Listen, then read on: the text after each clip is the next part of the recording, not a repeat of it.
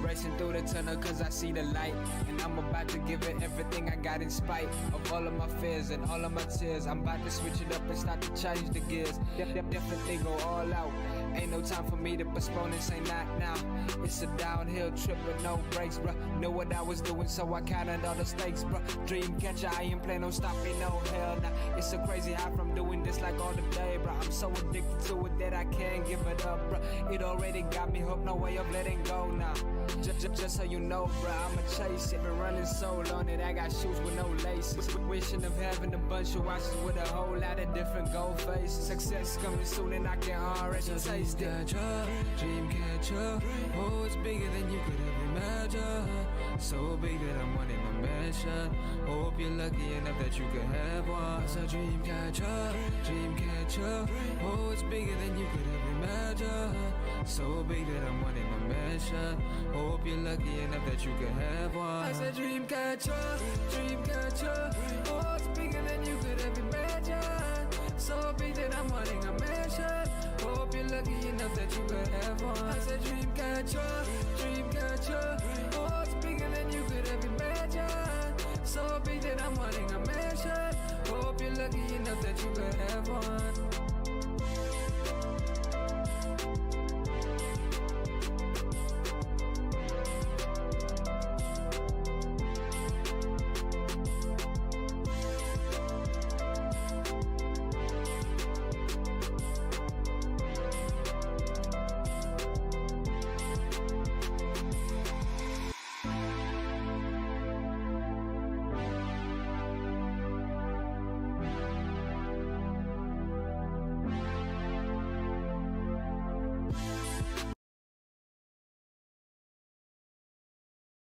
I'm a Raider, Oakland Raider,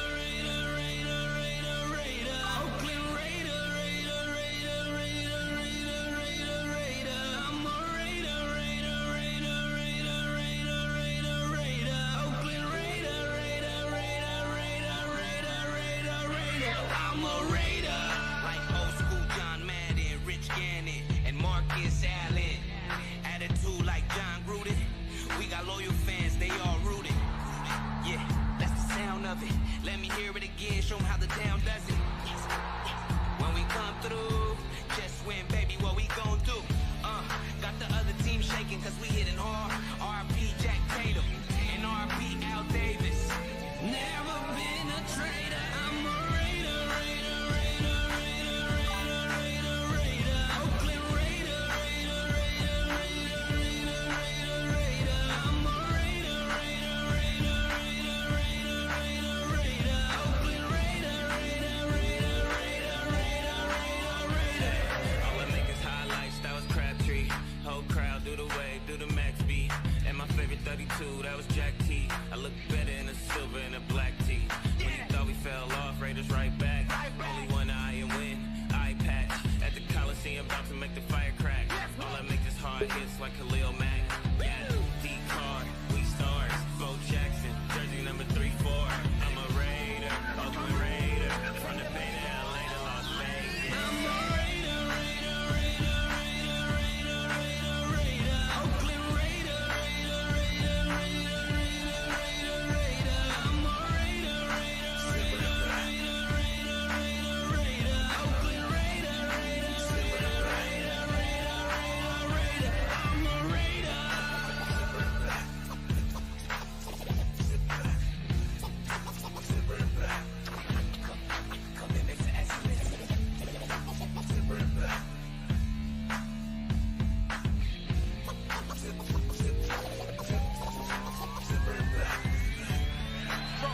Intercepted in the end zone by Charles Woodson.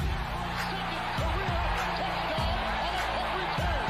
Will you believe it? Punt return by Tim Brown. The extra point is in. This was our finest hour. This was the finest hour in the history of the Oakland Raiders. The Tom Flores, the coaches, and the great athletes. Your commitment to excellence and your will to win will endure forever. You were magnificent.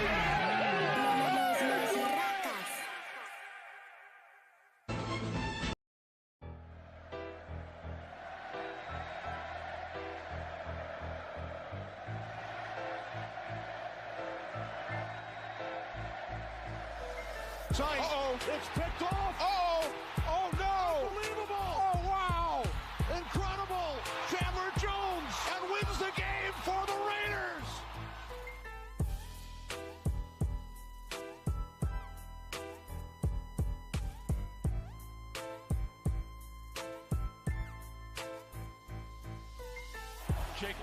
Jacobs with running room right up the middle. Jacobs is on his way. The Raiders are going to win this game.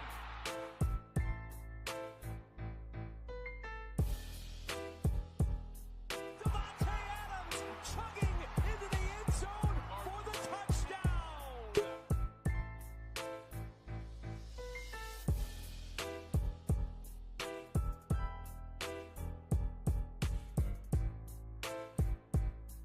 Oh, he fumbled again. He fumbled again. Robertson's got it. And he's got an entourage. By midfield. Got a block by Hobbs. And there he goes. He's got 6.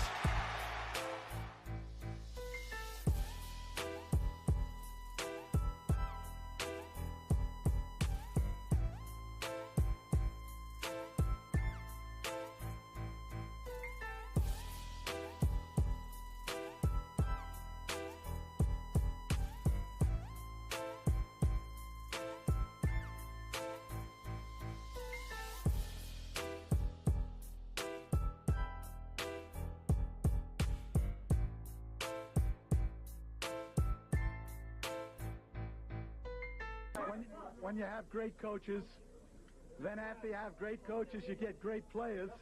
You have a great organization, and you tell them one thing.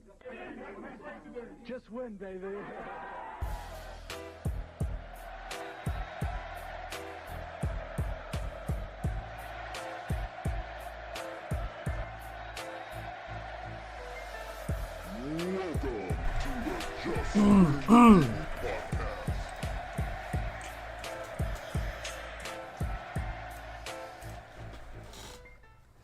Yo, what is going on YouTube? What is going on Raider Nation? Welcome to another edition of the Just Win Baby podcast, man. I'm your host, RaiderBen. Joined in with my guys, man. Down below, I got Pizzle. What's good with you, Pizzle? What's cracking with you? Shit, I can't call it. And then to my left right here, we got motherfucking Nutty Raider Nate. What's good with you, Nutty one? What's cracking? What's happening? Shit, I can't call it. And then down below in the corner right there, that's my boy Black. What's good with you, Black? What is it? A snowstorm or a blizzard? It's going Already. crazy out here. What's good with you, Raider Nation? Hopefully you guys all had a great fucking week, man. Hopefully you guys have already hit the like button, subscribe to the channel if you're new. The road to 1,200 subscribers continues. Make sure you guys go check out my boy Nutty Raider Nate, my boy Black, and my boy Pizzle's channel, as my mods will get their link posted in the chat shortly. We're gonna pretty much just kind of recap the Dolphins game. Give anybody any thoughts on the Dolphins game. We'll kind of just shoot the shit a little bit, and then we will move on into this Broncos game. First and foremost, as we always do, we'll give a quick shout out to the chat, man. Shout out to Anthony Provencio. What's good with you, man? Jerry Fuentes. Hopefully you're doing well, my boy. Daniel Barry in the building. My fellow Stocktonian James Furpo, what's good with you, bro? Ray Love in the building. Always a pleasure, my boy. Hopefully you're doing well. Navy Vet, what's good with you, man? Hopefully you're doing well, my friend. About to roll something up real quick. Charm City, what's good with you, Brody? Hopefully you're doing well. Hopefully you guys, everybody's doing well, man. So, Nutty Raider Nate, what you laughing about over there, gang? Oh man, this is the fucking Raiders in general, bro. Cheers, it's fucking man. You're... shit show and a half. It's Oh, you're telling me it's a circus? I hate, yeah, bro, and I hate to say it, but like I'd like to say I've seen better days, but I really haven't, bro. I mean, I guess I did back with Rich Gannon. We got our asses stomped in for that last Super Bowl, but that's really the only success I've really seen this team ever really have. And every year it's like, oh, we'll get them next year. We'll set it up for next year. Oh, we got our other co-host, Ern. What's good with you, Ern? Hey, what's going on, y'all? I don't know. Good? I don't know where everybody been at today, and I don't mean to come in and completely change the subject, but Mustard.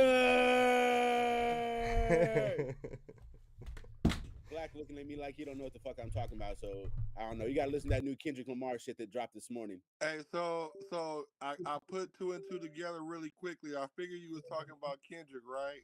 And I'm like, everybody talking about this Kendrick drop, and I'm like, oh, here we go. So I'm gonna listen to it before I have a judgment, but I feel it though. West Coasting, we West Coasting. Oh my God, that shit had me on one all day long. I done sent that shit to Ben like 2 or 3 times. I think I sent that shit to Fizzle. Bro, yeah. Kendrick Lamar's dope, bro, but he wasn't. What up, Sal? My favorite black hippie had to be Absol. I think Absol was pretty. I mean, J Rock went hard too, but I like the J Rock because he's the most gangster one. Yeah, J Rock went hard. Absol was kind of more lyrically, like he had some rhythm to him. Yeah. This Schoolboy Q was kind of it was hit and miss. Was it a whole album? It's 12 tracks. We don't know if it's the official album or if it's a mixtape leading to an album. Yeah, Furple, I should be here till at least about 10 o'clock, gang. What up, Al's Ghost? There's a bunch of little jewels all in like, you know, his little Instagram posts and shit like that he's alluding to a real album coming up. But shit, if this is the real album, I'll take it. Yeah, to be honest with you, bro, I haven't even checked it out yet, bro. I worked that graveyard shift. As soon as I got home from work, bro, I put my head. I put my head straight to the pillow, dude. I put my head straight to the pillow. Oh, pillow head ass. No. Motherfucker, I work all goddamn night when most of you motherfuckers get to sleep and shit. I'm at fucking work fucking 1, 2, 3, 4 o'clock in the morning and shit. When I'm at work, you're sleeping. What are you talking about? Man, go fuck yourself. Go fuck yourself. Anyways, man, as you guys all know, the Raiders did take that L versus Miami. Did you think there wasn't? No, I picked the Raiders to lose, bro. You know what I'm saying? I'll give you guys my takeaways, positive takeaways. Jackson Powers Johnson continues to look like he's going to be the future at center for us. I don't think Andre James gets his job back. I think we may have seen the last of Andre James. They may keep him around because he does have a team-friendly contract and keep him around maybe as a backup, you know, knock on wood, you know, in case anything happens to Jackson. But yeah, Jackson Powers Johnson continues to look extremely well. Brock Bowers on the pace to break records right now. Actually broke another record for most receptions in a game by a rookie tight end.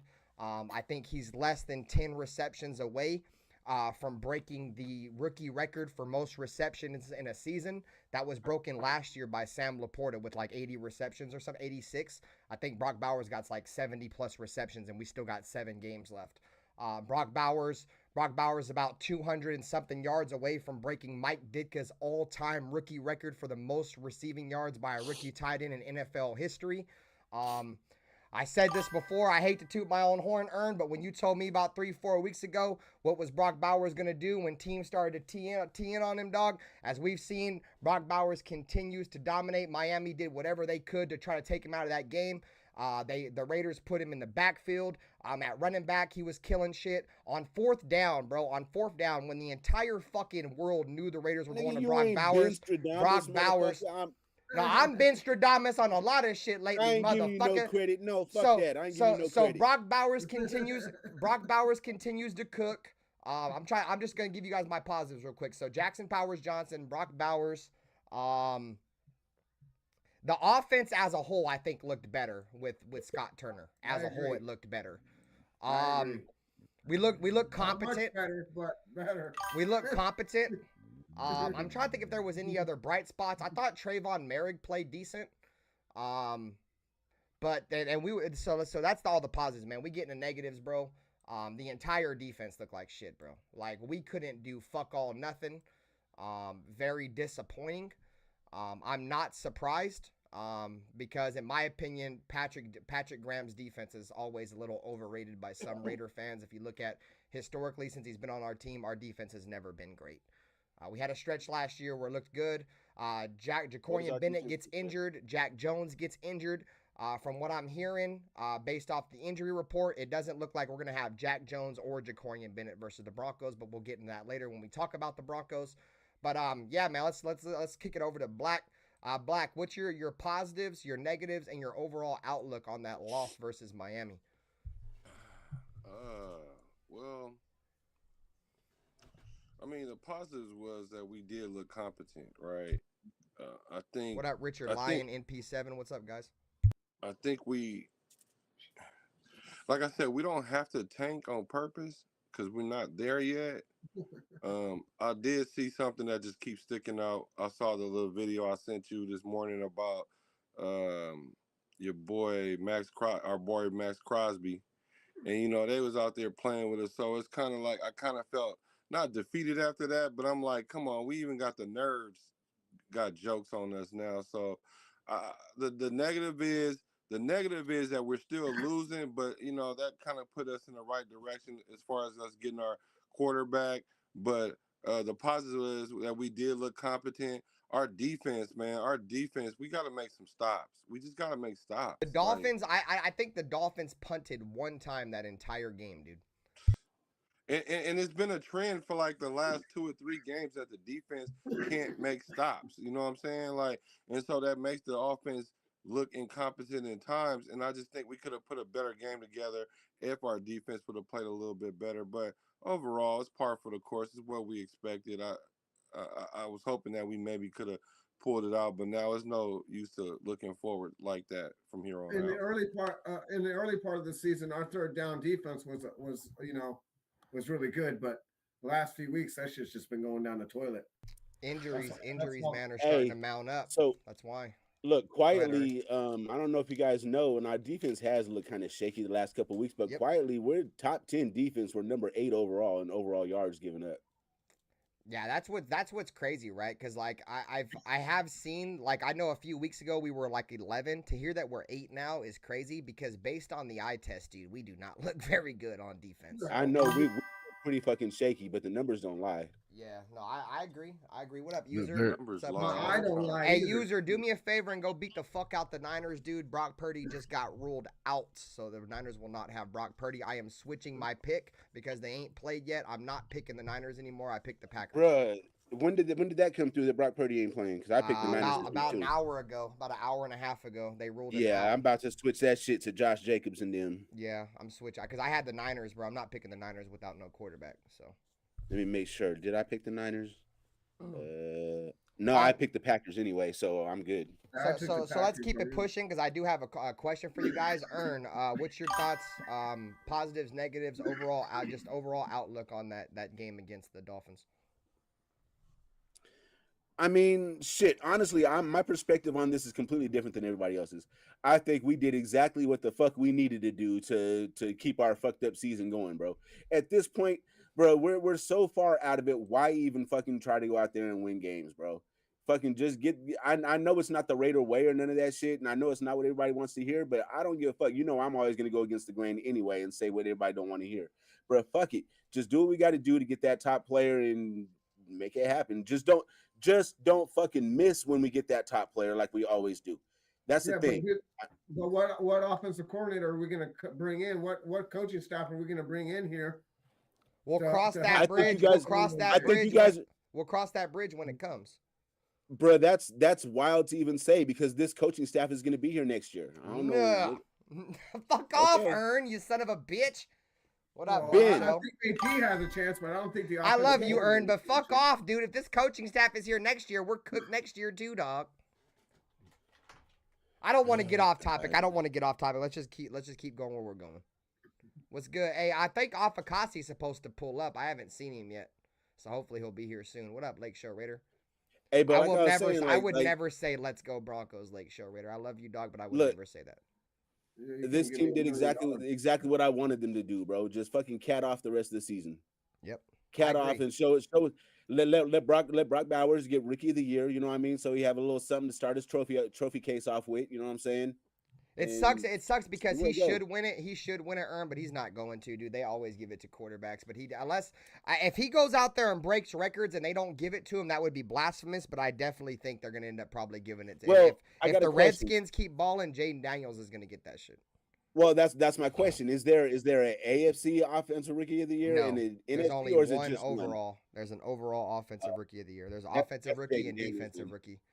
That's the reason why James Josh Jacobs didn't win his rookie season. He definitely deserved it over Kyler Murray, dude. But since Kyler Murray was a quarterback, they didn't give it to him. You're right. Okay, I remember that. Yeah. But yeah, bro, I like I said, dude, Brock Bowers is definitely. Let me see. I think I actually have the notes in terms of how many yards and everything that he actually needs.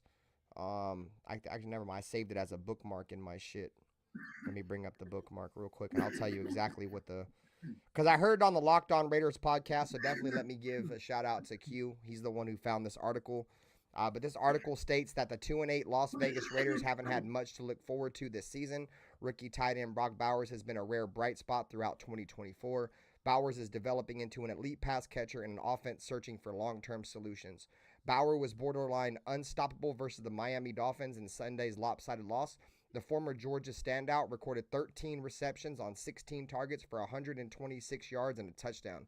It represented single-game season highs for Bowers in all categories. In fact, it set an NFL record for the most catches in a game by a rookie tight end in NFL history, shattering a record that stood for nearly 40 years by Mark Bavaro in 1985. It was also Bowers' second consecutive game with a touchdown catch. Bowers' touchdown occurred, blah, blah, blah. That's irrelevant. I don't care about that. Bowers currently leads the Raiders in receptions at 70, targets with 89, receiving yards with 706, and touchdowns with 3. With 7 contests remaining on the regular season schedule, Bowers has an opportunity to set the new single-season record for the most catches in a season by a rookie tight end.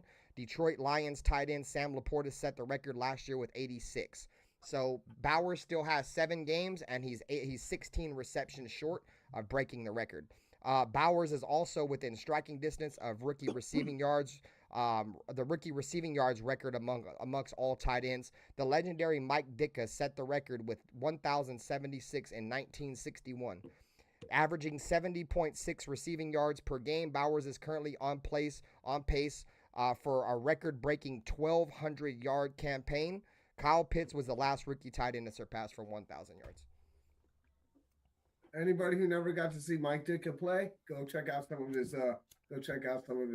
You're putting him in the same breath as Mike Ditka and Mark Bavaro. I don't know if a lot of you guys know who Mark Bavaro is. I think he was from the Houston Oilers and shit.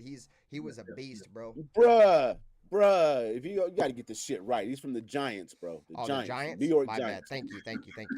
See, How the hell did you get the Houston Oilers? Because I thought he was from the Tennessee Titans, but that was a long ass time ago. Appreciate you though, dog. Hey, hotspot. I was supposed to have the homie Afakasi up here, bro. If you don't join shortly, I'll probably have the homie Black send you the link.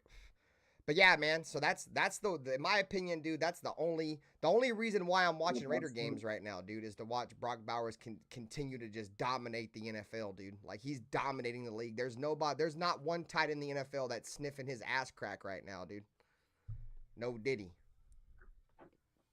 Well, we don't have anyone else to throw to. I don't give a fuck about none of that. Even if we did, even if we did, he'd still be cooking, dog. I mean, that's the reason he's getting every fucking target. Is that where else they gonna throw it to? Exactly, Al's Ghost, and that's my argument too. Imagine what Brock Bowers would look like right now, dude. What up, All Eyes? If we had a competent quarterback, dude. A team, line, the Yeah. coach, We play need an call. offensive line before we get any. Dude, our confidence. entire team is garbage, and look what he's doing, bro. He don't have a line. He don't have no receivers. Well, and that's no diss to Jacoby Myers because I honestly, this is no disrespect to Jacoby, but I think Jacoby Myers is like a 1B type wide receiver one. I agree. Jacoby's a 1B. Yeah, Brock Bowers is our wide receiver 1A, and Jacoby Myers is 1B. The problem is when your tight end is your 1A, you have a fucking problem. Not really. I mean, the Kansas City Yes, Chiefs, you do. Travis Kelce's been Travis Kelce's been 1A the entire time he's been on Kansas City. No, Travis Kelce has been tight end 1A, bro. They've had other receivers. Yeah, but he's always been like target 1. Nigga, how I can say Tyreek Hill was wide receiver 1A for a hell of a year. I get it because he's a wide receiver, but Travis Kelce, the passing offense went through Travis Kelce, dog. Everybody knows that. It still goes through Travis Kelce, is what I'm trying to say. Our passing offense will go through Brock Bowers. Bro, they give me some new glasses with the optometrist, but I see better with my old ones. This was crazy. Exactly. Well, see, Jerry, if you followed Brock Bowers in college, Brock Bowers played 70% of his snaps in Georgia at slot wide receiver, dude. He's just a tight end by position. But I told you guys this when we drafted Brock Bowers, dude. He's a chess piece, dude. You line him up anywhere on your offense, and he's going to play well, dude. We seen him line up on the outside versus Kansas City against fucking Trip McDuffie. They're all pro corner, cooked his ass. You put him in the backfield. He could also fucking catch the ball and run the ball in the backfield. You could put him in the slot, which he spent most of his time in college in the slot, and he'll dominate. The dude's just a beast, bro. Put him at tight end, inline tight end. He's gonna cook you, dude. It just don't matter, bro. It just does not matter, bro. When Nick Saban goes out, dude, the greatest college coach of all time goes out and says that Brock Bowers was the most unguardable player that he's ever coached against, bro, you have to take that for what it's worth, dog. What up, Richard Lyon? You know what I'm saying? Nick Saban's a defensive guy, bro. So when he has issues going out saying he can't stop nobody, dude, like the only two players he said he ever had an issue with guarding in college was Brock Bowers and Malik Neighbors, dude. He said those dudes were fucking problems, gave him fits at night, dog. Nutty Raider Nate, man, what's your thoughts? Quick, your thoughts on that Dolphins shit, boy. Positives, negatives, and overall outlook. Fuck, bro. We just keep getting hurt, more injuries. On the DBs That falling part, like Jason, flies. what's good with you, Jason Marshall? It's bad. It's kind of expected.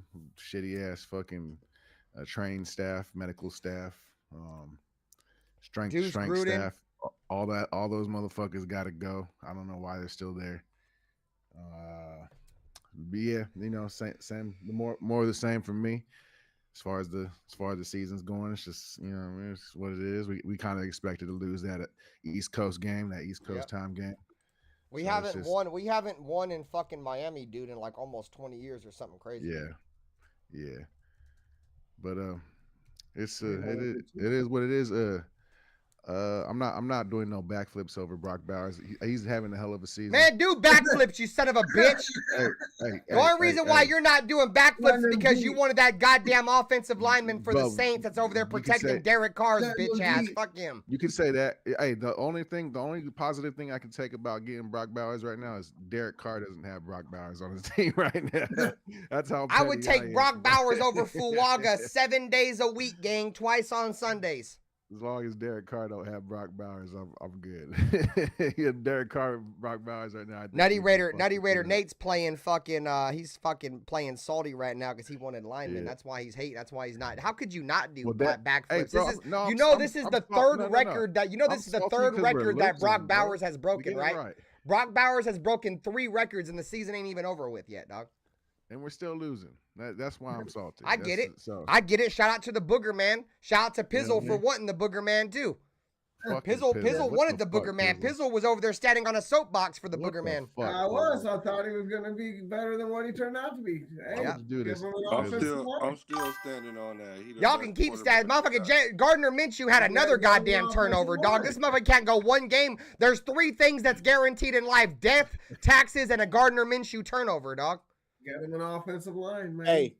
Man, stop blaming the offensive line. Minshew runs into more sacks than the offensive line gives up. I ain't trying to hear that shit, dog. Hey, I got a question. Turn the ball over. You're gonna be able to do everything you want with 2 seconds. Dude, everybody wanted Minshew because they said our offensive line was bad. Now that Minshew is fucking taking sacks, now they're trying to use the offensive line's bad excuse, bro. I ain't trying to hear none of that shit. We all knew our offensive line was gonna be hit and miss, and now that Minshew's running the sacks, you motherfuckers still trying to make excuses. I ain't trying to hear none of that shit. Motherfuckers said, oh, we want Minshew because he can run away from pressure. Man, that motherfucker is running in to defensive linemen. Boy, I ain't hearing none of that shit. Stand on what you was standing on. We all knew the offensive line was dog shit. I'm standing on it. No, I'm not calling you out, Black. I'm calling out motherfuckers like Pizzle. Pizzle's over here trying to blame the offensive line now. Like he didn't know our offensive line was shit. We already knew our offensive line was shit. It wasn't this bad. Shit. Nah, we already knew. Motherfuckers over here trying to make excuses. And hey, Pizzle, excuses like assholes, gang. Everybody got one, gang. I don't know how long did AFC last? 1 game? With a busted thumb? It happens. Shit happens. They start off the season. They started off the season Pizzle. all bad, bro. Hey, why'd you stand on your shit then? They put Jackson Powers Johnson at a position. Look, Pizzle's calling me out now.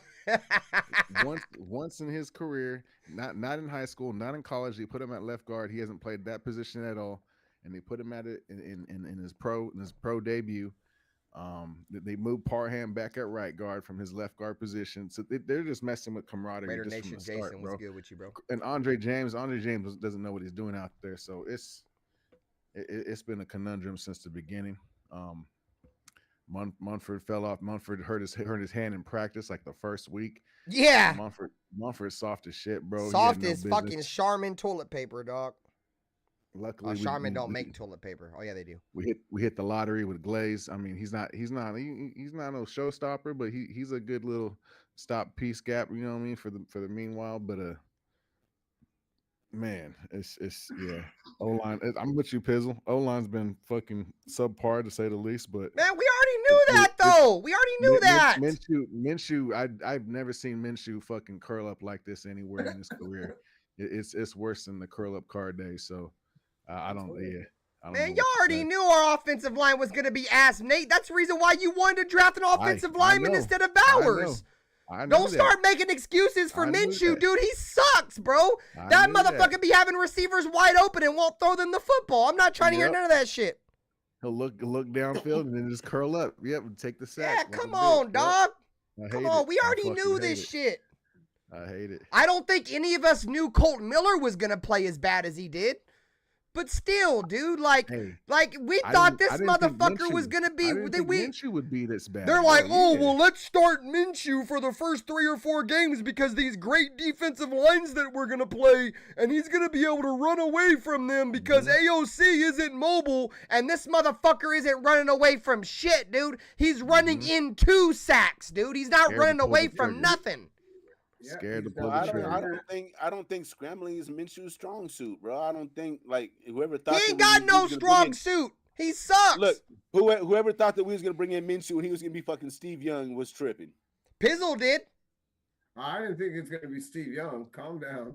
I'm just kidding. I'm just busting Pizzle's balls tonight, dude. My bad. I thought he could wiggle. I thought he could wiggle. I didn't think he was gonna. I definitely knew he wasn't the guy for the job. I thought he'd be. Listen. Yep. He's not playing like he played last year at the Colts right now.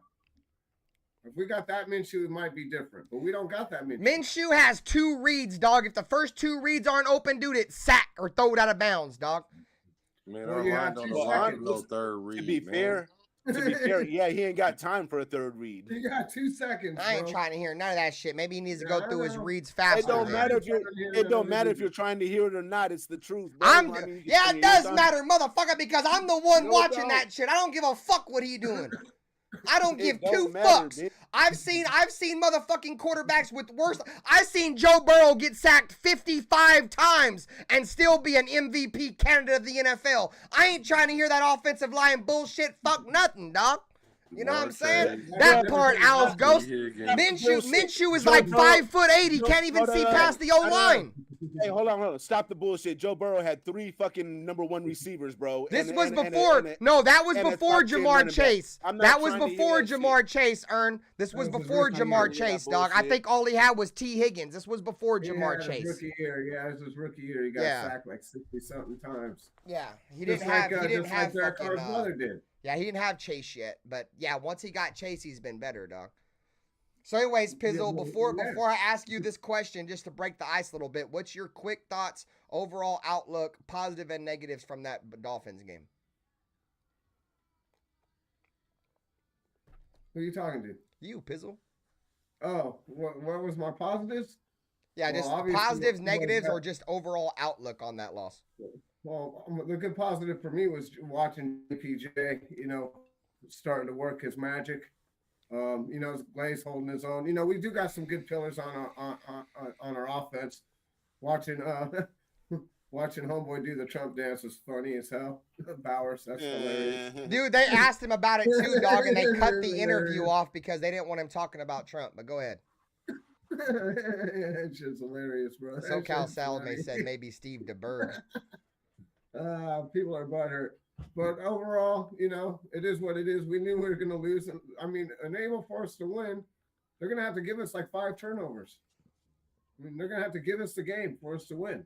I don't see that part in P7. Yeah, I don't know, bro. Like I said, at the end of the day, dog. In my opinion, once you are mathematically eliminated from the playoffs, dude. Like, yes, I want to win. I don't say I'm trying to tank. I will never say that. But I don't care if we win anymore. You know what I'm saying? Hey, Like, if we lose, oh well, who cares? It's a win-win for us because if we win, I want to win, so that's a positive. If we lose, we're just one fucking week closer to the draft. So whatever. Look, I got a thought and a positive about the game. What we haven't seen in a long time with this team on offense is sustained drives. At least with Scott Turner, we've seen a little bit of sustained drives. We have a little bit higher time of possession.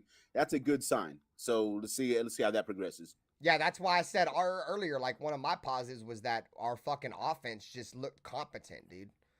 Like for the most part, we looked good, dude. I thought the offense did some things. But Minshew was just Minshew. I don't want to put everything on Minshew because I know that's how it sounds. But at the end of the day, dude, the quarterback and the coach take all the blame at the end of the day. Like losses and records wins and losses are only counted as a stat towards quarterbacks and coaches. You know what I'm saying? And, you know, Minshew once again, man, the Raiders I thought were still in it at the point where he threw that pick. And just once again, bro, he just continues to turn the ball over. And was it a miscommunication between him and Jacoby Myers? Yes, that's possible. But at the end of the day, it only goes on him. And this is my guy, man. We've been waiting for him. He's here. He had a long night, man. He was sniffing powder out of hookers' ass cracks. You know what I'm saying? There's nothing wrong with that. The homie Afakasi Raider. What's good with you, gang? What's good with Brody? Hey, you just gonna do my homeboy like that though? He wasn't doing nothing like that, bro. That's my homie. Powder out of hookers' ass cracks, gang. My homie don't get down like that. That's the most good, upstanding person I know. Bro. I know. I'm just capping. God damn. Can I troll for a little bit? See how Ern don't never let me troll, bro? He be making me stand on That's my dog right there. Shit, that's my homie dog, too, motherfucker. You heard? What's good with your Afakasi? Saludos. My guys, RaiderBen, Nutty Nate. What is it? That's the homie Black right there. That's the newest member of the Just Win Baby podcast right there, too, the homie Black. Yeah, I saw your rendition of Dust on the last stream. That made me lose my shit, so salute to you. Pizzle and my guy Westside. I do appreciate the words. I did have a big night last night. I wasn't exactly sniffing. That's why I said that. That's why I said that, Afakasi, because you told me you had a long night. That's the reason why I brought up that reference. Ern didn't know that. He spent the whole night licking the icing off the cake. Shit, ain't nothing wrong with that. I'll be licking the icing off the cake here shortly too, ladies and gentlemen. But yeah, man, Afakasi, how you feeling, gang? What's good with you? When the fuck did we get cake? You motherfuckers didn't get no cake. I got cakes every single day of my life, boy. I got a cake that lays next to me in my bed. She got cakes on my birthday every day. Yeah, shit. Like Jay Stalin said, every day my birthday. I'm getting money like every day my birthday. I mean coochie like every day my birthday. But anyways, Afakasi, we ain't really moved on with nothing, dog. I'm glad you joined before we moved on to my next question or my first question. What's your positives, negatives, and just overall outlook from that game that loss against Miami? Gee, is it me or does it feel like it was a lifetime ago? Like, I know it was what was it 5 days ago, but it seems like it was like longer than that for some reason. But all right, positives. Gee, I'm grasping at straws. Obviously, Brock Bowers, proving to be more of the same. I mean, the guy, what has he? He broke a record or somewhat. He broke the record for most receptions in a game by a rookie tight end in the history of the league. He broke Mark Bavaro's record. I think Mark Bavaro had 12 receptions in a game. Right, and he broke the record for the receptions in a single season reception. No, he's 16 receptions short of Sam Laporta's record at 86. He's got 70 receptions. Sam Laporta has 86 for the record, but there's still 7 games. Sam Laporta has the record. Sam Laporta from the Lions last year, yes, sir. Well, since you seem to know a lot about the stats and that, like, how far off is he from 1,000, and how many times does a rookie tight end go over 1,000? So he's at 720 yards right now. The record for receiving yards in a season is like 1,000. Here, I'll get the stats for you right now, Fakasi. I just talked about it, bro. Let me get the stats for you. I'll get the actual number for you. So let's see. Brock Bowers has 70 targets, or no, 70 receptions on 89 targets with 706 yards. The record for most receptions is 86 in a year, and we still got 7 games left. Mike Ditka's record, which is the Hall of Fame, the best tight end in NFL history, the record is 1,076 yards in a season. So with 7 games left, Brock Bowers only needs about 310 yards, give or take, to break the record for the greatest season by a rookie tight end in the history of the league. And this is another stat that 1,700 was 1,070 yards, 76 yards is the record, and Brock Bowers got 706.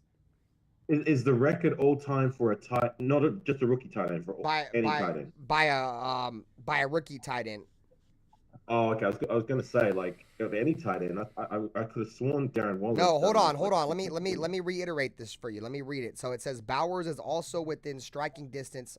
Rookie receiving yards and record amongst all tight ends. Yeah, so it's a rookie record. Yeah. Okay, right. Gotcha. Yeah. Because I think Travis Kelce had like 1,200 yards one year, if I'm not mistaken, or something like that. And like Rob Gronkowski had a shit ton of yards. But these are some other numbers I was gonna bring up to you guys, bro, that I didn't read in my article. Bowers leads all rookie pass catchers in receptions and receiving yards, despite 3 receivers going in the top 10. Bowers also has been very elusive after the catch. The first-year playmaker is averaging an effective 5.5 yards after the catch, which is 1.4 yards per catch higher than his expected average. And he's caught 70 of 89 balls thrown in his direction, with a pass catch percentage of 78.65, which is the highest in the NFL amongst all pass catchers with at least 80 targets. So he's got the best hands in the NFL. Right. And the other thing to take into consideration is sorry, it's hard to read when I get drunk, dude. I'm sorry. Not only is he a rookie, but look at how he's producing with the supporting cast that he's got. I mean, the quarterback play and the lack of weapons outside of him. You know, the wide receiver core, Jacoby Myers is okay, but outside of that, it's been below mid, to say the least. Running back core, do we even need to go there? No, we are, play, Anthony. do we even need to go there? So to accomplish what he's done off the rip as a rookie, can I say any more about it? You know what I mean? Like, the sky's the limit to his trajectory going upwards. So he's definitely getting schemed against. You don't think teams are trying to take him away? He's there. He's the only thing we've got. You know what I'm saying? He's out there cooking, gang. You heard? Like, I'm not gonna lie. Having a hard time is because he's not lining up traditionally. Like, he's all over the place, so it's causing them to have to react on the fly. So they're doing a good job moving him around, because I thought once they start scheming him, then it's going to be more difficult, but they're doing a good job of counter scheming. Yeah, that's a great point you make right there, dude, because it would be easy for them to key in on him if he was just a tight end. You know what I'm saying? But he's not. Since they move him all over the place, it's hard for teams to practice against him. You know what I'm saying? Like, I already knew he was like that, dude, but when we had 4th down with the game still kind of in reach for the Raiders, and they double covered him, dog, and he still caught that bitch, bro. I'm like, oh, yeah, dog. This dude's about to be a fucking problem. But anyways, who threw him 80% or more of his passes, though? Oh, we all know the Booger Man did. Shit, I can go out there and throw him. But goddamn, Booger Man can't even throw the ball more than 20 yards down the field, though. Who threw Brock Bowers his touchdown last week? Man, shut the fuck up, you booger eaters. I don't give a fuck about none of that shit, dog. Stop eating boogers, bro. Did you throw him a touchdown the week before that? What was that? This is Bowers has back-to-back weeks with a touchdown reception. But remember Desmond Ridder? Desmond Ridder came on for a little bit. Yeah, did he throw a touchdown too? Desmond Ridder threw a touchdown to Brock Bowers last week. Yeah, the week before last week. Yeah. Yeah. And they was already unrolling the pack by then, bro. I don't give a fuck. If there's one player that I want scoring garbage touchdowns, if any touchdown at any time, dude, it's Brock Bowers, because we all know he deserves way more touchdowns than what he's got. Yeah, for sure. I agree with that. What for up, sure. BB? Like I don't like garbage points neither, dude. But if Brock Bowers can get some touchdowns, dude, I'm with it, bro, because he deserves it, dog. That dude's out there completely dominating the league right now, bro. Like the best, he's got the best hands in the NFL, dude. By far, 76 out of 80% of his targets that have gone his way, dog. He's caught them joints that have hit him in the hands type shit, bro. Hey Ben, Anthony Provencio is asking you about Daniel Jones. Yeah, that's the question. That's the question I was getting ready to get to, bro. Okay, no. No, before you even answer. So I'll let you answer first, Ern, but let's go ahead and talk about it. So the Giants released Daniel Jones. The Giants released Daniel Jones today. Daniel Jones actually asked to be released. He asked for this. The Giants cut him, and now he will hit waivers. The Raiders, I think, will have the first or second choice in waivers, or third or something like that. So the Raiders will have a chance to bring him on.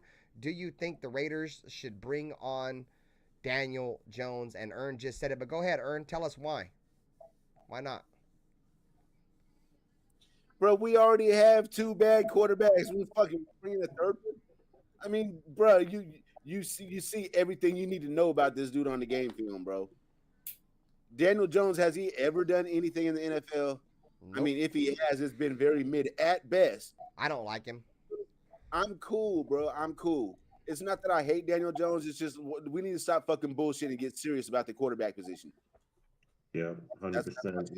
We need to stop bullshitting about getting these guys, bringing them in the door, trying to turn them into the next Rich Gannon. How many times have we tried that since Rich Gannon, and it hasn't worked? I'm getting over it. That's all we've done. That's all this organization's done its whole career since Jim Plunkett. Except for Jamarcus Russell and Marinovich. Every other guy, every other year, we go out and hit free agency and try to bring in somebody else. Like, I don't want anybody else's rejects. Let's just go and get our quarterback. That's what I'm talking about. Let's just go get our guy, and then we don't have to worry about it hearing, oh, he was this, he was that. It was a bad. Let's go make our own bad decision. If so be it. Hey, Pizzle. But what I am okay with, I'm not okay with bringing in Daniel Jones as another bad quarterback. But the one veteran I am okay with bringing in, I would bring in Sam Darnold to compete / mentor our new quarterback that we bring in for next year. I think that would be a solid plan. Shit, the Vikings ain't about to let Sam Darnold go. Fuck no. Sam Darnold's contract is up this year. I know, but they're not gonna let him go though. He's definitely gonna get a new contract. They about to pay that man. They're not gonna give Sam Darnold fucking $30 million a year when they have JJ McCarthy. That's the only reason he's not playing. I forgot about JJ McCarthy. Westside, you're talking about him as a mentor. I wouldn't mind bringing him in for competition, but as a mentor, like, what can he bring to the table? I mean, he hasn't exactly lit the league on fire, has he? Well, maybe bad choice of words. Maybe not so much as a mentor, more of a competition, and maybe it's like a veteran presence. Maybe not so much as a mentor. That's what I was trying to say. Yeah, I agree with that. Just mentor, like, you need to have some kind of degree of success in the league to be able to bring a mentorship to the table, because it's just like, if you've been on other teams and all you've been doing is losing and you're not exactly lighting the stat sheet on fire, then why the fuck should they listen to you? It's also, for me, it's also, what's the offensive scheme? Are they doing anything to help him? Or are they just thrown under the wolves? Are they building out, what is the offense designed around him? Shit. Or, is it designed around the running back? Oh, wait, no, they got rid of Barkley, right? So yeah, they had Barkley and he was still shit. Slim pickings. Dude, he got paid $45 million, bro, after a season where he had 15 touchdowns and 9 interceptions, bro. They paid him $15 million, bro. He fucking sucks, dog. I wouldn't want to bring him in. Like, there's no point in bringing anybody in now anyways. Our season's over with. Like, I would get it. Like, say if the Raiders were still in a position to try to compete, I could understand it from an organizational standpoint. Is Daniel Jones is probably definitely better. Well, in my opinion, he is better than Minshew and Aiden O'Connell, but that's not saying much. You know what I'm saying? But if we were in a position to win, I could see it. But the fact that we are where we are right now, record-wise, I honestly just see the Raiders season. They're just going to go with what we've got right now. If the Raiders planned on changing the quarterback, they would have changed the quarterback already. You know what I'm saying? AP, obviously, the plan is to stick with Minshew for the rest of the year. And yeah, like I said, if I like Daniel Jones for veteran minimum. Like if we could get him for a rookie, for like a Russell Wilson type deal, yes. But not now. Like our season's cooked. If we can get him next year as a backup or something, maybe. But like this year, we just got to go ahead and just roll with what we've got this year, dude. You know what I'm saying? If anything, before we bring in Daniel Jones, and this ain't even me trying to fanboy with Aiden O'Connell, dude. Once Minshew gets better, once Aiden O'Connell gets better, throw him back out there, dude, and just see what you got. You got to see what you got in Aiden, dude. Like, he was drafted to play here, not to and possibly get a chance to have his spot.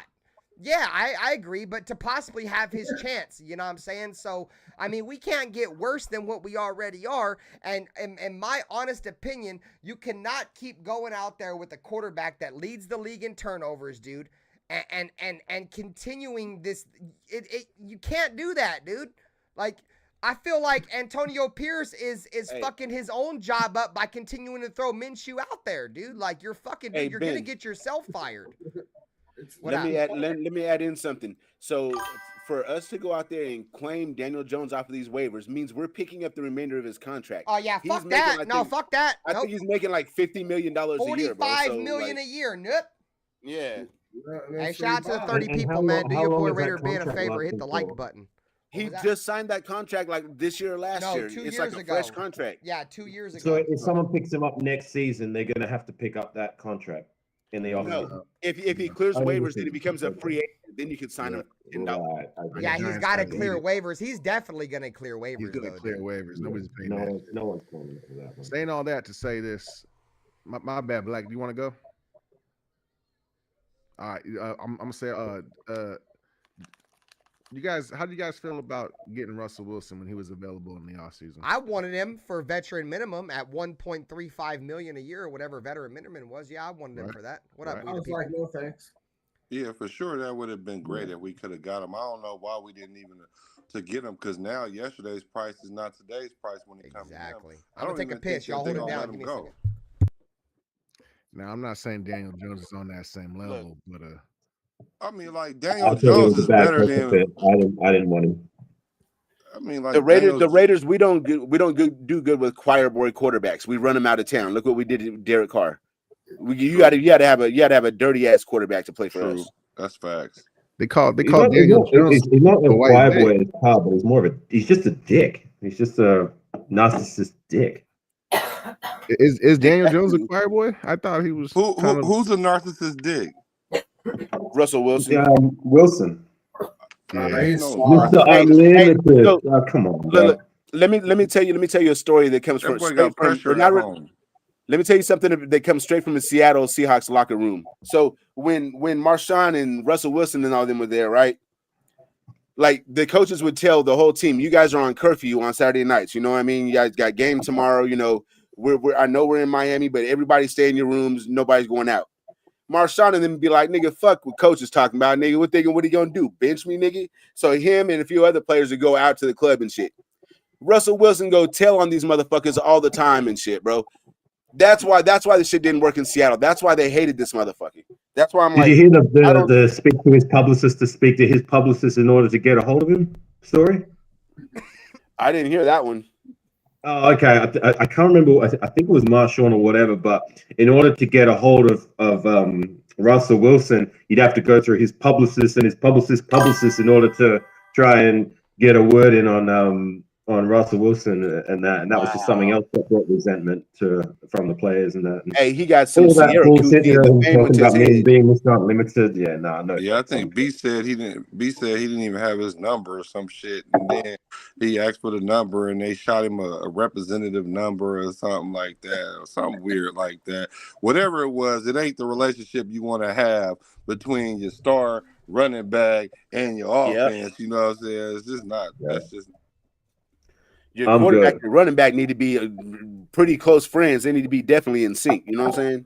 How come we didn't put him in the locker and shit? Should have showed that fool in the locker. Because fucking, I don't know. Because Pete Carroll had a halo over him. Yeah. But from what I hear, Russell Wilson's a little bitch. Like I said, he's a That's dick. why I would agree with that, but maybe not a narcissist because he ain't gonna gaslight nobody in the locker room. They gonna look at him like, you know what I'm saying? Russell Wilson's a beta male in the locker room, dude. He's a beta in front of a bunch of alphas. You know what I'm saying? So him coming out and calling himself Mr. Unlimited is not narcissistic.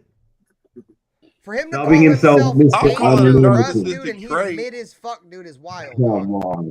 Let's be real. The only reason why, I mean, Russell Wilson made some great throws and a couple of playoff runs for Seattle, but let's not get it fucked up, dude. The only reason why he won in Seattle, dude, was because of Beast Mode and the Legion of Boom, dude. That was it, dog. You take that away from Russell Wilson, dog, he was not going to win there, dude. I'm You know not what I'm gonna. saying? That Legion of Boom defense is one of the best defenses of all time, dude. You could put him up there with the Bears defense, to be fair, Buccaneers defense, the Ravens. To be fair, you can say that about any quarterback. You'd be like, if you take away his running back and his defense, he ain't you can say that about any fucking team. Yeah, but I think fucking Russell Wilson is one of them pure definitions of quarterbacks that was carried, bro. You know what I'm saying? Like Brock Purdy, for example, dude. Like, I'm not saying Purdy's gonna carry or is gonna win anything, but like the Niners carry Purdy, dude. You know what I'm saying? It's these average quarterbacks that look better than what they are because they play for a great franchise and they have great weapons around them. You know what I'm saying? That's pretty much my argument on that. Well, now they got a great offensive coordinator that builds around them, that plays and designs around their strengths. And we don't have an offensive coordinator that does that. We don't even have a coach that does that. Like, first you got to have a coach that puts their players in position to do that. Thanks, all eyes. We barely have any offensive coordinator at all. We just got him last week. I mean, we barely got him. To be fair with Russell Wilson, like during those successful days, because that was a time in a period where I watched a lot more football outside of Raider football.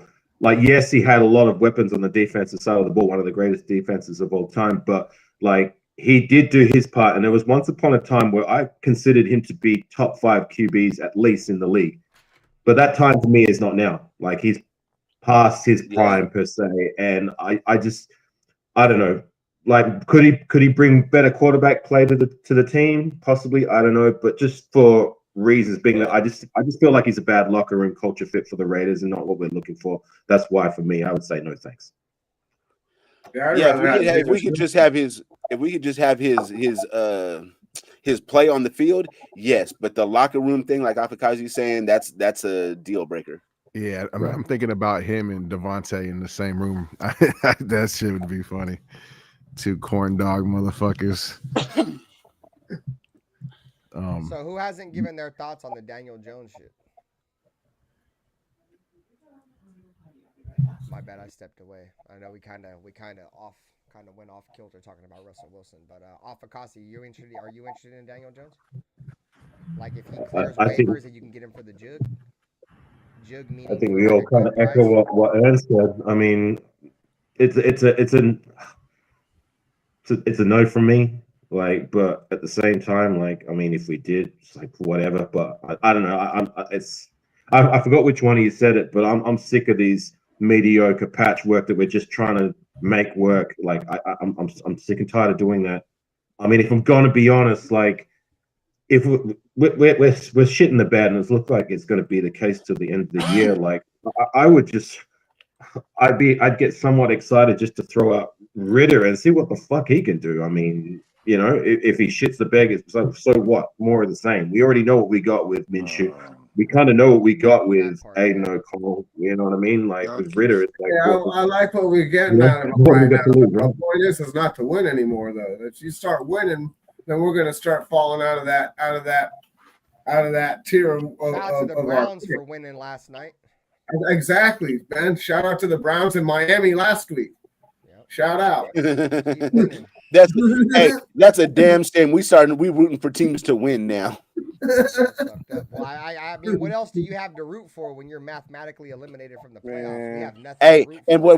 what I want to say is, remember when we had Derek Carr and everybody's clamoring to get rid of Derek Carr, and I said, do you guys really realize what you're asking for? To get rid of Derek Carr. Fuck him. I still don't. And I'm still saying that you need to go to rehab. I mean, this is Derek Carr's fault. Some shit never changes. It's all Derek Carr's fault. So let me ask you this question on some realistic shit. Do you think Derek Carr is going to win a Super Bowl at some point of his career? Nah. The fact that you're thinking, the fact that it's taking you so long to think tells me that we shouldn't have kept him, dude. Like, if you're not gonna win, don't put no words. Don't put no words in my mouth. Hold on. You asked me a question, motherfucker. Do I think he's gonna win a Super Bowl?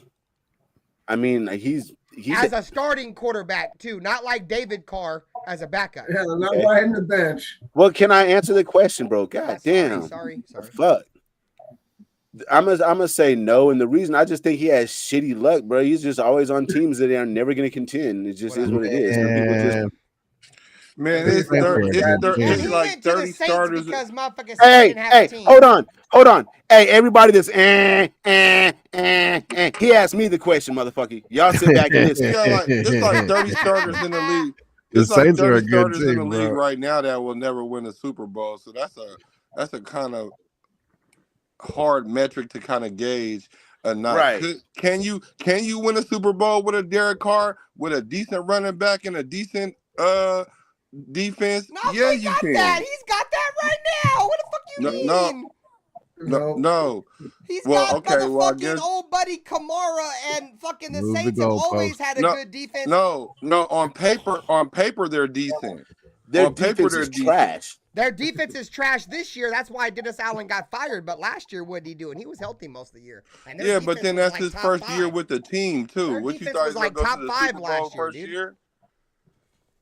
Not his And I'm first time not with the Dennis saying Allen that he's offense, just like a bro. lock for that. But what I'm saying is he got enough skills to get it done. I mean, like it's not like as you would say, Brock Purdy. Like Brock Purdy was being carried by the Niners, like no doubt. Brock Purdy's But- way Carr better ruined than that Derek locker room. Carr, dude. Derek Carr couldn't sniff Hey. Brock Purdy's jock strap, my friend. Oh, you tripping? My problem with when we moved Hey, on we know they got that blue meth out there in the valley, bro. If If Derek it's blue, Carr stay was away in, from it, if Ben. Derek Carr was in the Niners, they would be dope. Sorry. Derek Carr folds, dude. Derek Carr folds. Purdy don't fold, bro. When times get hard, Derek Carr folds, bro. It's been proven not a time and playmaker, time bro. again, dog. Look, as soon as he Scary. played Kansas City How many? on Wait, another team, hold on. guess Hold what on. happened? Hold Guess on. what he did against Kansas City? This He got motherfucker's fucked. He tweaking. played like shit the whole game, threw a pick, and Bruh, then got slammed on Derek his Carr bitch has ass back. Derek and Carr got has his the bitch ass most hurt. comeback victories in the history of the I don't NFL give for a fuck. quarterback. So I don't stop give the a fuck. bullshit. And he's also the And- most losingest quarterback in NFL history with the quarterback. Hey, with over well, like that's you what just said, comes when you like play you with just the said, Raiders. I don't give a fuck. I don't give a fuck. When you play with the That's what you Raiders, just that's what said. happens. Well, let's talk. I mean, you you want to get a talk about gang of stats? Let's talk opportunities. about stats. You know what I'm saying? No, I'm just saying when you play with the Raiders, that's what you get. A lot of chance from behind victories and a lot of chances to lose games. Like He about that's to the be Raider thing. He about to be the first quarterback to lose to all 32 teams. He ain't gonna lose to the Raiders. I bet part, that. Nutty Raider Nate. He's I about bet to be you the won't first lose He ain't to the gonna Raiders. lose to the league Raiders. to do that. I can guarantee you that shit. He ain't I losing to bet us. he ain't gonna lose to the Raiders. No, I That's the agree. only I agree. game He's where we definitely- win the they're rest of the definitely year. gonna beat us. I'm taking it. We I need don't that know. game. Guaranteed. We got to win that game. Call me nutty. What you been? Who Who gonna be We quarterback? not winning that game, Ben bro. gonna be Put your fucking quarterbacking? money in Vegas on it. Ben gonna be the I quarterback ain't because betting Derek shit Carr on gonna the throw for Raiders. 340. He gonna throw for 340. He gonna do just like every quarterback he that gonna come and cook play us, us. dog. They gonna I hate to say it, revitalize but his Derek Carr's career. about to cook our shit, bro. Yeah, That boy gonna Can I go get in throw there for for a second? 340 and 3 Damn it, man. touchdowns. Go ahead, Alpha. Go ahead, gang. Whatever side of the coin you are, whether you appreciate Derek Carr, wanted him to stay, or you were ready to move on from him, whatever. But something I think we can all agree on is that the problem is when we did move on from Derek Carr, we needed an answer. Okay, what is going to be the answer? Who are we going to go with once we move on? Look at what we've done since him. What? Stidham, Garoppolo, friggin' Brian, friggin' Hoyer, Gardner Minshew, Aiden O'Connell. None of these guys are even.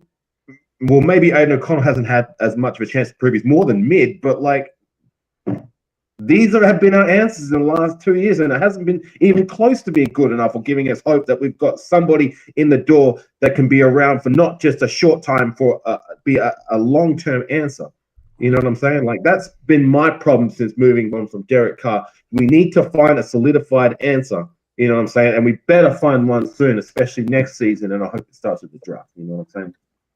Hey, we the people. Derek Carr didn't go to the Saints because they can't afford him. I mean, Davante Adams didn't go to the Saints because they can't afford him. Stop the bullshit narratives.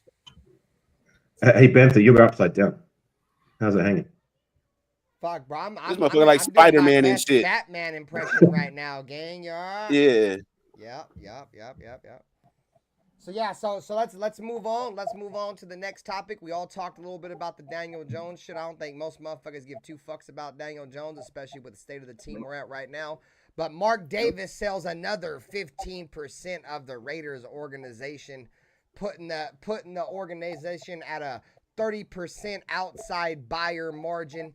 Sold 10% to Tom Brady, 5% to Richard Seymour. I don't know the person who bought in this next 15%, but Mark Davis continues to sell off parts of the team. We'll start this shit off with Afakasi. Do you have any thoughts on Mark Davis continuing to sell off portions of the team to other buyers? I don't care who owns the team. Just get this team back to their winning and glory days. You know what I'm saying? That's it. Short and simple for me. Got to get a good coach for that. Got to have a good organization. But to my point, I don't give a shit who owns the team. Who gives a shit? Afakasi, you tell that son of a bitch, Pizzle. Pizzle, you about to come in here. You better tell that motherfucker, dog. Yeah. Ern, what's your thoughts on Mark Davis continuing to get rid of the team, dog? So I think you guys, we need to start looking at things how they're written and stop trying to read too much into shit, because nowhere does it say that Mark Davis sold them 15%. It says that they bought 15%. Now, Mark Davis only owns 43% of the fucking team, bro. He just happens to be the majority. He owns more than everybody else. So what I think happened. Now, again, I'm going to make sure it's clear because I don't want people to think that I'm out here saying that this is absolute fact. What I think happened is that one of the minority owners sold their 15% stake to somebody else, because Mark Davis ain't got that much of the team to be selling 15% and 10% and 7%. And nowhere does it say that Mark Davis sold his portion. No, I think it's probably Davis. It's probably Carroll Davis that's selling off portions. Mark Davis, Carroll Davis is the same person in this context. So Carroll Davis only owns 40-something% too? I thought she was. Bro, they don't know the owner. No. You are are you fucking serious? Yeah, I mean the Davis look. If that was the case, then Al Davis would have called himself the owner, but Al Davis called himself the what? Managing general partner. Why does he call himself the managing general partner? Because he owns more than everybody else. How are you the owner, that doesn't mean he owns the team. I don't know, bro. I'm confused. He's the managing general partner. So who owns majority Raiders if Mark Davis and Carroll Davis only own 40-some-odd%? Well, like you said? Carroll Davis and them do own the majority, but everybody else has little tiny pieces like 7%, 12%, 8%, 15%. Everybody else is minority owners. They own the biggest chunk at 43. Yeah, so the Davis family owns the team until somebody become the majority owner. The reason why I believe, like you said, bro, don't try to take this to the mountaintop. The reason why I think Al Davis called his the managing majority partner because he is the majority partner out of all the people. Exactly. Yeah, I'm lost, bro. I thought. Are you upside down, bro? I thought they owned 100% of the team since they were the owner of the team. And you're probably the only Raider fan in Raider Nation that thought that shit too. That's fine. I don't give a fuck. I've never heard anybody say that. I thought everybody knew that the fine. Raiders don't own that. Well, fuck. Am I alone in saying that? Like, you learn something new every day, I guess. I mean, I was a kid though. The difference bro. Like, is you're willing to learn. That's the difference. I care about who's the coach and who plays for the team, but as far as ownership, does anybody else here give a shit who owns the team? It's a minor detail to me. It's a minor detail, right? The only time this shit matters is if we bring in somebody like Tom Brady and Mark Davis says something like he might not be able to play quarterback for us, but I'm sure he can help us pick a quarterback. So that statement tells me that Mark Davis has some kind of thoughts on fucking what up, Red October? thoughts on Tom Brady having his hand in somewhat of the football outset of the team. You know what I'm saying? So, yeah, Right. I mean, I don't care about the owner neither, unless the majority owner, according to everybody, Mark Davis, says that the minority owner, Tom Brady, the greatest quarterback of all time, considered the greatest player of all time, goes out and says that he's going to have his shot at football operations. You know what I mean? Yeah. No, I Because can we all I can know understand. we don't want Mark Davis anywhere around the football side of the Raiders. It's cool. He got us a stadium. He makes us money now. Get the fuck away from football. But go ahead, off. Man, No, look, I agree with your statement about like if it's someone like what you said about Tom Brady being a minority owner when it comes to shareholding with the Raiders, like that's a deal because if he has some say in the decision making, his Shout out to the 30 years of like pedigree of success with whatever venture he's gotten himself into, if that helps with the Raiders becoming a better team, then I'm all for it. But outside of that, unless it's that kind of deal, like I don't care if it's Dick, Joe, or Larry who, buys ownership into the team. Like, don't give a shit. As long as we start winning games, that's all I care about.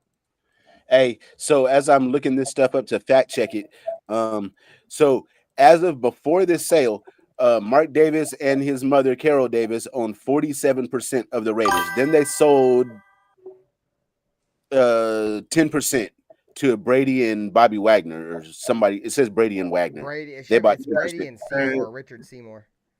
No. It says Brady and Wagner 10% together, and Seymour has about 0.5% of the team. Okay, so that must be like doing math. The Davis family owns 37% of the team, which is still the majority. So All Eyes on G said you can have up to 25 owners per team.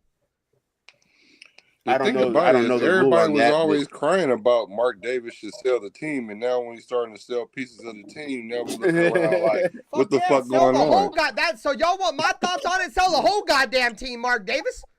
I haven't gave my thought. Y'all already know how I feel about Big Marky Mark or Little Get Marky the shit Mark. over with. Troll That's like you. Trade dog. Sell the whole shit. Stop bullshitting. Selling in increments. Sell the whole shit 100%, boy. Get your You're wasting your breath. Ugly, broke PF chains. 1996 Waste of time. Honda Odyssey driving. Get to something that's more 25 pertinent. cents to cross the bridge, motherfucker. Sell the whole shit. Waste of time. You ain't gonna send yourself to the fucking emergency room for no goddamn reason, I know bro. he ain't gonna sell it, Ern. I'm just saying though. That's just my thoughts on it. He should sell the whole shit. That's like yelling to Elon Musk to sell Tesla because I want you to. I mean, how far do you think that's gonna get you?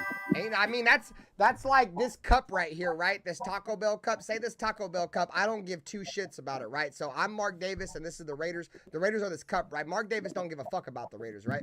So instead, say this cup's making me $3 billion a year. Why? Even though I don't give a fuck about this cup, why would I throw it away or sell it? You know what I'm saying? Like I don't give a. If I sit it here and it's making me all this money, you know what I'm saying? Like that's why they're not gonna sell it. I mean, it's common sense. Anybody with a fucking cabeza should understand, boy. You know what I'm saying? Cabeza. You feel me? You never know. You never know. He hired AP. He could do anything. He hired Josh McDaniels. He hired nothing. This motherfucker's got the losingest fucking record as any owner since he's been in the league, dude. Who knows? Shout out to Dennis Allen. Shout out to fucking shout out to Antonio Pierce. Shout out to Josh McDaniels. Jack Gruden. Jack Del Rio and John Gruden were winners, dog. Fuck you mean? I was gonna say them last, but those are the only two coaches he hired that got us back to our winning ways. John Gruden was decent until he canceled himself. Huh, Ben? Yep. He didn't cancel himself. Oh, you said Ben. Yes, he did. He canceled himself. Now you can talk about that, Black. I don't feel like he canceled himself neither, but that's just Ern's opinion. We're all entitled to one. We all got assholes, you know. Hey, look. He a grown ass man. He need to take responsibility for his own fucking actions, bro. He got himself fired, and that it is what it is. Come on, man.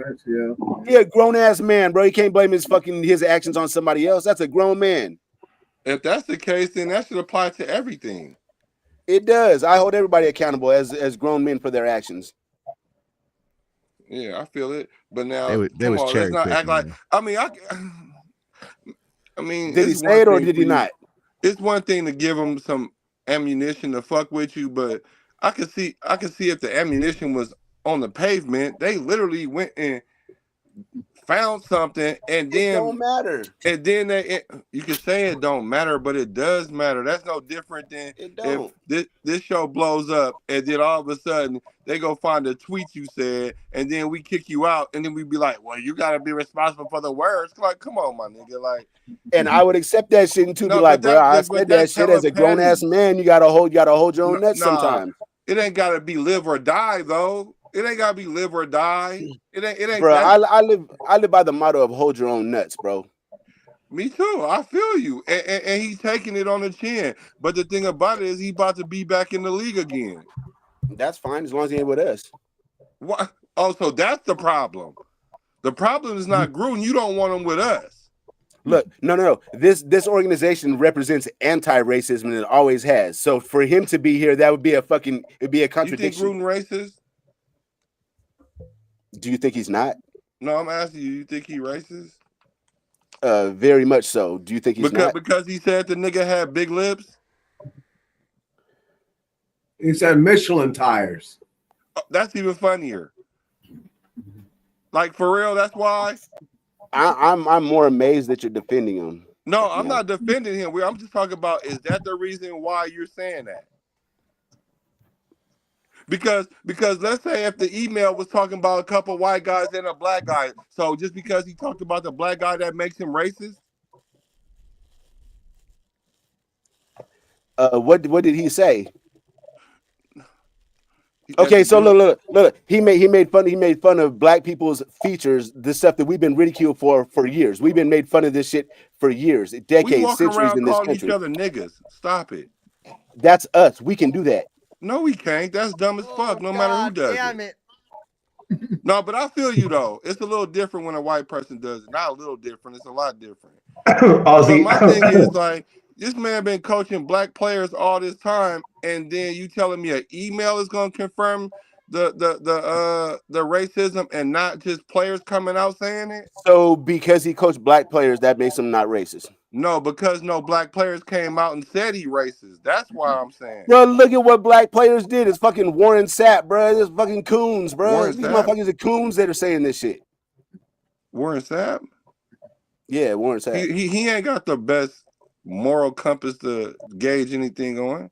Well, he's the one that came out defending him. That's why I'm saying him. There was a few players that came out and defended him. It wasn't just. That's the only one I can remember. Who else was it? Yeah, but all I'm saying is this though, like if we gonna lean it on him being racist, like then why is he gonna end up back in the league again then? Yeah, if he was racist, the league wouldn't let him back in this shit. Because they don't want him to be the coach of the Raiders. That's why. The ownership of the league, the people that own the league is fucking racist. The reason why he got kicked out was Ern's going down the Colin Kaepernick rabbit hole. It's a fucking slave plantation, bro. Look how this shit is structured. I knew he was going down that route. It is a slave plantation. You want to know why? You want to know why? Because I have degrees in this area and I can speak on. I'm certified by the state of California as an expert, and I'm able to speak on this. It is a slave plantation, but my thing is, then why would you throw one of your fucking own out because he fucking said a joke? Then why they literally went after him for that? Hey, that's just that's a little spanking because he did something that they didn't like, so they spanked his ass like that. So yeah, but nobody would have never known it was in an email.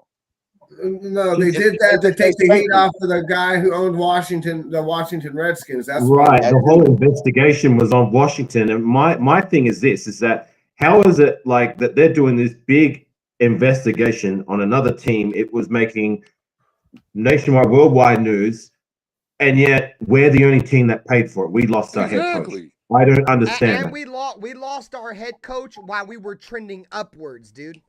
Like right. we were, dude. We lost the playoff game that year, right? I get that. We lost Henry Ruggs. You know what I'm saying? All of the shit that we dealt with that year. It's amazing that we even went to the playoffs that year. I don't want to say. It's hard to say this without, you know what I'm saying, seeing it.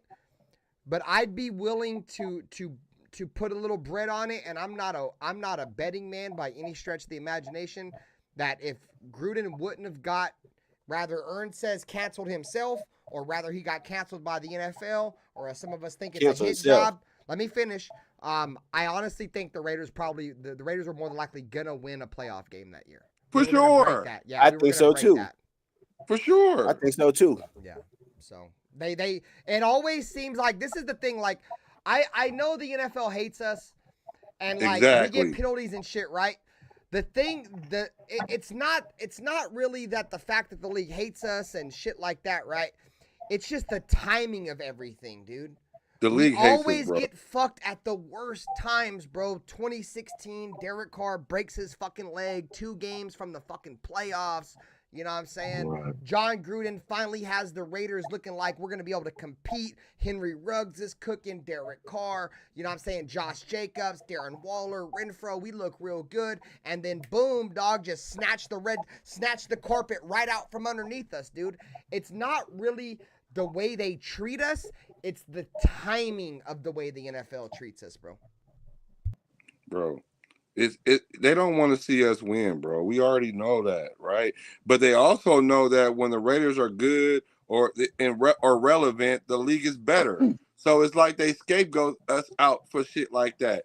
Now, I understand that it's a racist league and the Kaepernick shit, and if we was really that high horse on it, we would have stopped watching football then. But the thing about it is, like you said, y'all investigating this team over here, and then you want to pull this email out. Granted that he did make a joke that was racially charged or whatever, the whole thing is he's really was talking about the establishment of the league at that time. And the Raiders are anti-establishment, so it was like, fuck, if it's fuck me, then it's fuck you. And then they just derailed the Raiders shit. Now y'all have to start all over again, because as soon as y'all get close, like a crab in the bucket, you're just gonna knock it down and make it go to the bottom again. And I don't think it's only the league. I think we give them enough ammunition for them to do it to us that they don't have to do it all the time. They just got to pick the right time, like you said. I mean, it's not just the league. We be shooting ourselves in the foot, and then we go fucking hire Josh McDaniels behind that shit. Exactly. That's our own doing. Some of it. Yeah, exactly. I agree with that. Cheers, for sure. everybody. Salud. Salud. Some of these things we're doing is self-inflicted ones, like the Henry Ruggs situation. That wasn't anything to do with the league. That was his own but choice. we still would have played good. We would have still played good in lieu of that. You can't play good when they just snatch your head coach from under you, though, for sure. Yeah, I know. I'm not talking about the car. I'm just saying some of the reasons, not all of them, are self-inflicted wounds. You know what I mean? Yeah, Hey, for sure. I'll go out on a limb. Kind of I've gone out on a limb and I said this and I'll say it before, bro. Rest in peace to that lady, bro, and prayers out to her family and shit like that. If John Gruden doesn't get canceled, that shit don't happen with Henry Ruggs, bro. It happened after. That's what I'm saying. If John Gruden was our head coach, Henry Ruggs, that shit wouldn't have happened, bro. Because John Gruden runs a militant program, dog. You know what I'm saying? Ben. No, stop. I don't want to lose my train of thought. Hold on. He runs a militant program, dude. You're on a tangent that that's not even what he's saying. I'm not saying that's what he's saying. I'm just saying if Gruden never got fucked off or whatever, I don't think Henry Ruggs would have ever have killed that lady. But the timelines He was still in the building when it happened. No, he wasn't. He was the coach. No, he wasn't. Was the bye week. Rich Bisaccia was the head coach when that happened, bro. I'm 90% certain it happened when Gruden and Mayock, because I remember reading about how Mayock made the call to Gruden about the situation. I'm pretty sure it was while he was still in the door. It was post Afakasi. I promise you it was, dog. It was post, dog. I'm 90% certain. Like Raider Room even said in the chat right now, Gruden was already gone. He was gone already, gang. Yeah, I think it was week 2 or week 3 or week 4. That's when once Gruden was gone, the team turned into an Antonio Pierce team. They're gonna go out and do whatever the fuck they want. What month or what date around? Can somebody give me a timestamp of when that happened with Gruden? 2021, October of 2021. It was like week 4, week 5, something like that. It was right after the Chicago Bears game, dude, because we went out and we lost to Chicago at home. Okay. Look, the reason I asked the question is because All Eyes on G just said October the 11th. Okay, because I did my fact checking and the Henry Ruggs thing happened November 2nd. Damn, on my birthday. That's what I'm saying. He was gone already. Because the last game I that just coach, wanted to make sure that we have the timeline right. Was against the Bears, and we got our fucking ass whooped. The whole stadium was full of Bears fans, and I went out and said the main reason why we looked so down in that game is because the locker room knew Gruden was gonna get fucking left out already, bro. Like they already knew he was gonna get canceled before that game even started. They knew it was his last game, and the team was deflated. Wow, I must have been bugging. Yeah, My bad if I was it wrong. was after, bro. It was Rich bad. Versace gang. I'm not on here telling you no lies. No, my bad. For the longest time, I always thought it was during October. Afakazi, you're not the only one. I thought that too. Yeah, my bad. Sorry, Black. I'll Go never ahead. forget that, bro. I'll never forget. Yeah, I know it says exactly. Gruden was- I know exactly where I was at, what I was doing when I got the tweet that it looked like Henry Ruggs was the person. I'll never forget. Hey, you know what? You might be right. I don't. That's you.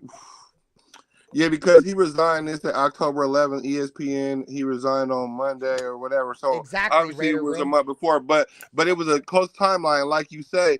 They knew what was grumbling in that locker room too, a little bit too. So, and then like you said, now that you say that, it turned into a AP type locker room instead of being at home on game night. You out there partying. If Gruden was the head coach, Henry Ruggs would have been at home in his playbook, dog. I promise you that, dude. He would have not, and even if he would have been out at Top Golf, I promise you he wouldn't have left that place drunk and drove like that because of the militant practice and the militant coach that John Gruden is, bro.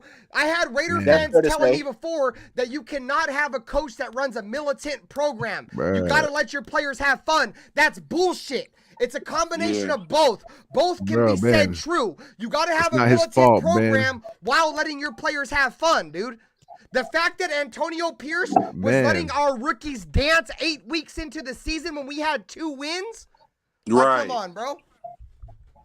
Bro, it wasn't Gruden's fault though that Ruggs. No, I it wasn't never his said fault. it was. It wasn't his I fault. blame that shit on Derek Carr, bro. But Fuck the that. coach, how fitting. Oh my fucking God, bro. You mother, oh my Derek Carr should have fucking joined God. right You now. guys are fucking I'm all right. They I'm got the way some back fucking came nuts through. up here. I'm a right out. I'm all right. He's Am I right trolling, now? Jared. God, I got a fucking number for some rehabs for you guys. Shit. I'll start rehab next week. We all Raiders though, you know what I'm saying? I don't know. This shit y'all saying. Y'all sound like some delusions. You know what I'm saying? Shit. This is some dope. You know when you hit it through the blunt and you can taste it. That's Hey, that's funny you Hey, just said what that, bro. what 'cause strain I'm is it? dry hitting mine right now, boy. This that gas. Been over there. You already Been over there know. Been over there smoking some backyard boogie. Black, what you smoking on? I'm smoking on some. What was this shit? Backyard boogie. What I'm supposed to be smoking on. Damn, this shit was some purple bubba. Okay. Hey, I went to the cannabis spot earlier. I got some new shit I never heard of called Moroccan peaches. This Ooh, shit, that I sounds like good. this shit. I got. Hey, what's our since bet? Hey, what's nobody our gives a bet that fuck we what got? since nobody gives a fuck what I'm smoking on, I got AP. some We already lamb- know what you smoking, motherfucker. You smoking backyard boogie, nigga. I got some lamb's bread. Oh yeah, Okay. that's This motherfucker smoking Bob some Marley 1960s weed and shit. That the 19. I would take the Throwback. 1960s weed over the 2024 weed. I ain't even gonna hold you. I wouldn't. Everybody Oh, knows you the talking new about weed this? is better. I'm It's over the taking designer weed. the OG Blue Dream. You know what I'm saying? The OG strain. I'm cool. I'll pass. Bullshit. Blue, now. hey, Blue Dream is a hard pass, bro. I'm so cool on Blue It's a Dream. hard pass on Blue Blue Dream. Dream Hey, has you know how many Yeah. people love Blue Dream on the East Coast? I love Terps, bro. I love Terps. I'm a Terps guy, gang. You know? I They hate Blue love Dream, Blue bro. Dream That's on the straight East Coast. cactus. Sativas. Alaskan Thunderfuck, Northern Lights, Yes. Green Yes. Crack, you know Northern what I'm saying? Lights. Oh, don't forget all the purples. All the purples is good. Purple train wreck. Hey, Some hey, but cheese. but all them other purples is bullshit compared to Granddaddy Purple, though. You know what I'm the original saying? Granddaddy. That shit we Romulan. had in the mid 2000s up here in the Yeah. Bay, bro. Yeah, it don't get no I'm better gonna than tell that. you like Man, this, I also have and that. I've been saying this, and I'll continue to stand on it. Vanilla. The best weed I've ever smoked in my life in terms of terps In terms of terps, because I'm a taste guy, like I get high no matter what, dude. I smoke blunt, so I have to smoke this for about 15 minutes. It's got to taste good, right? Right. The best weed I've ever smoked in terms of terps that you can't get it no more, cat piss. All eyes on G knows. Cat piss. No, dog. but I've never had mean nothing like, that tasted more rare than cat piss, dude. They made cheetah Well- piss. It tastes nothing like it, dog. no, it don't. It don't. I don't like cheetah piss at all. Yeah, No, I cat don't like piss cheetah is piss either. gas, dog. Gas. Yeah, I don't like that. I like God's Gift Purple. I like Purple that cream. was like that's probably was my the best shit favorite that for real. I Like ever had. That was GDP, purple. the original God's GDP Gift? is it. Or no, not God's Gift. Cat piss, Northern Lights. Northern Lights, bro, so fire, dude. Tangerine Dream, so fire, dog. You like the Hey, I type- got these some are some shit for sativas. you. I know these are sativas. Me personally, I like indicas more, but sativas have more terps, dude. Indicas are very basic, dude. A lot of indicas terps are very purplish, cookie-ish, sherbet, gelato. It's very basic with indicas, dog. You talk about the terp level on sativas, bro. It goes all over the place, from lemon tree to sour tree to orange tree.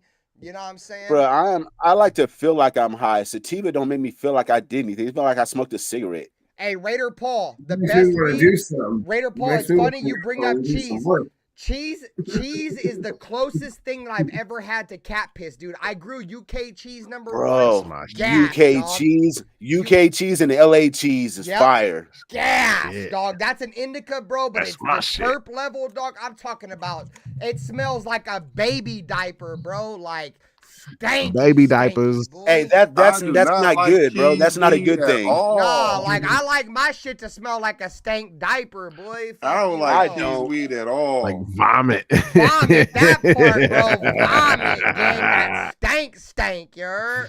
So when I'm blowing that shit, they like, God damn, what is he smoking on? You heard? Like, yeah, boy. Headband's a good strain too. Raider Nation Hotspot. Headband's a sour strain too, bro. A sativa strain. That's like 2010 shit. right there. I have kids, gang. So like, I can't always be smoking them indicas, boy. That's, Cherry I pie. be Nice. taking them weed naps, boy. I kind of gotta be up a little bit, you heard?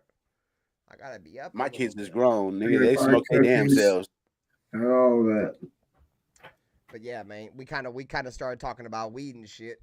But anyways, off of Casa. That's what happens Spit it when you out, start Talking talking about the about Raiders. Derek Carr. Sorry ass Raiders, I think man. he's oh, there he is.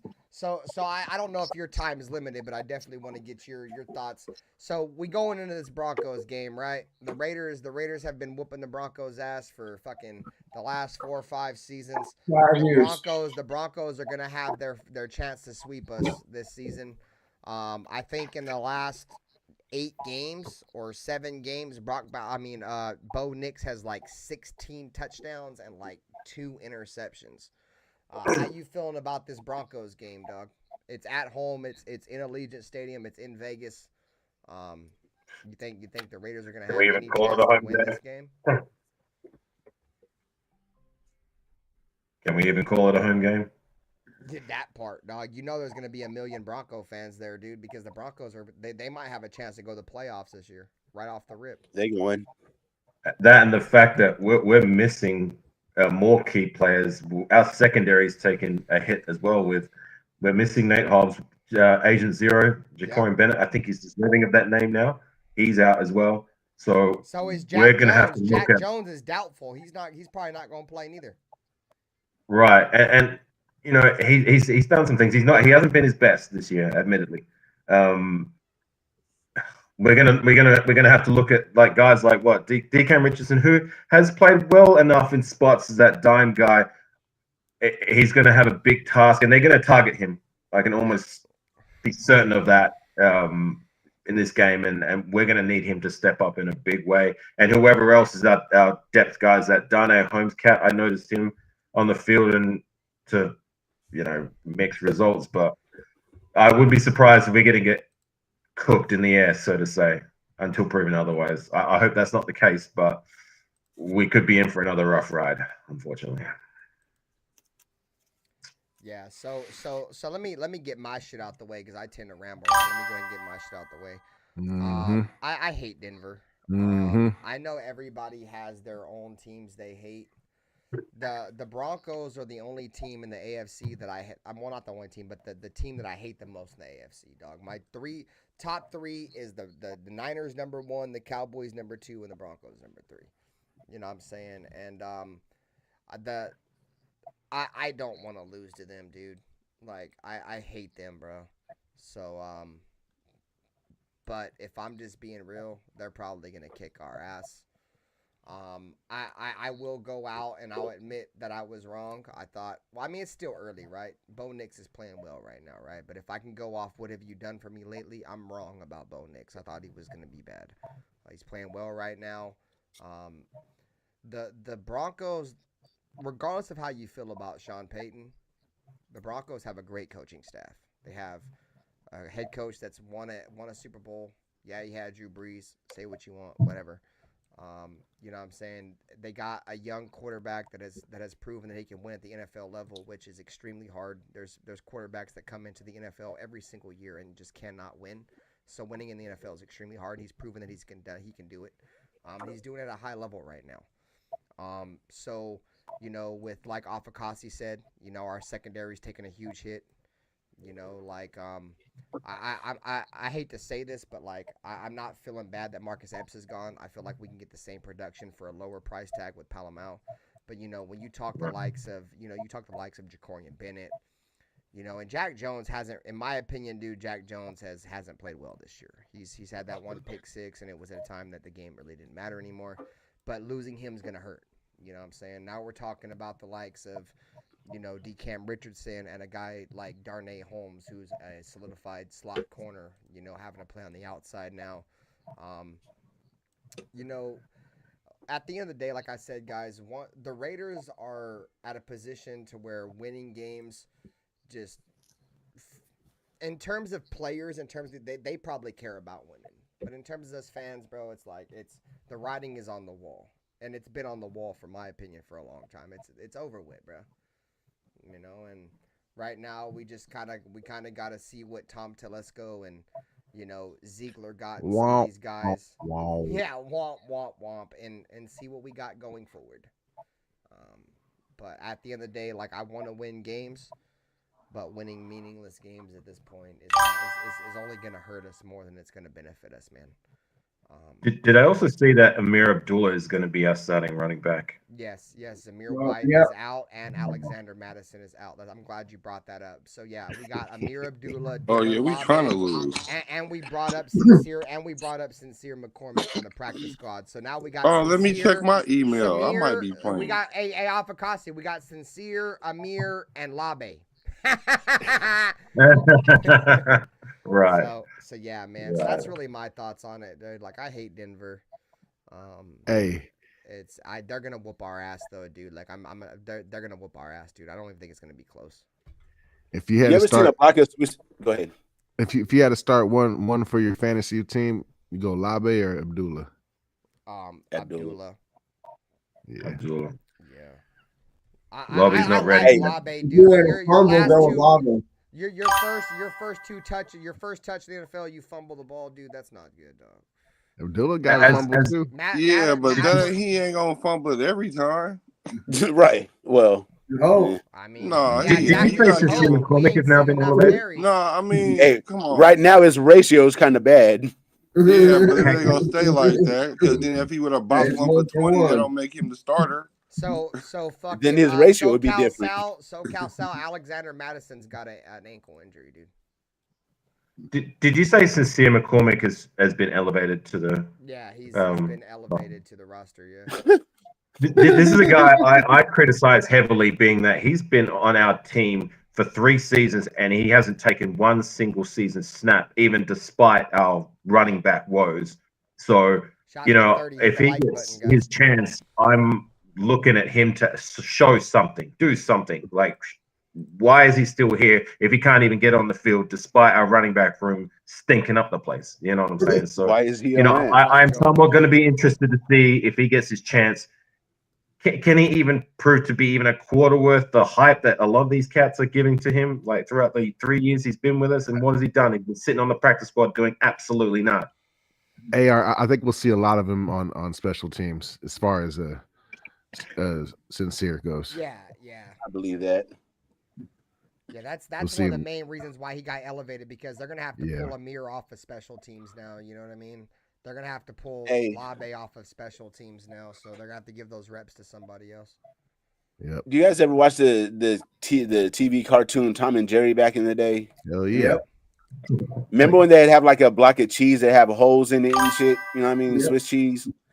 That's what's finna happen to us on Sunday, y'all. We finna be that block of cheese with hella holes in it. Hey, I'm telling y'all right now, if anybody knows me that knows me, if I'm bowing down to the Broncos, dude, we are at an all-time low, because that's how bad I hate them. Dude. I hate them, dude.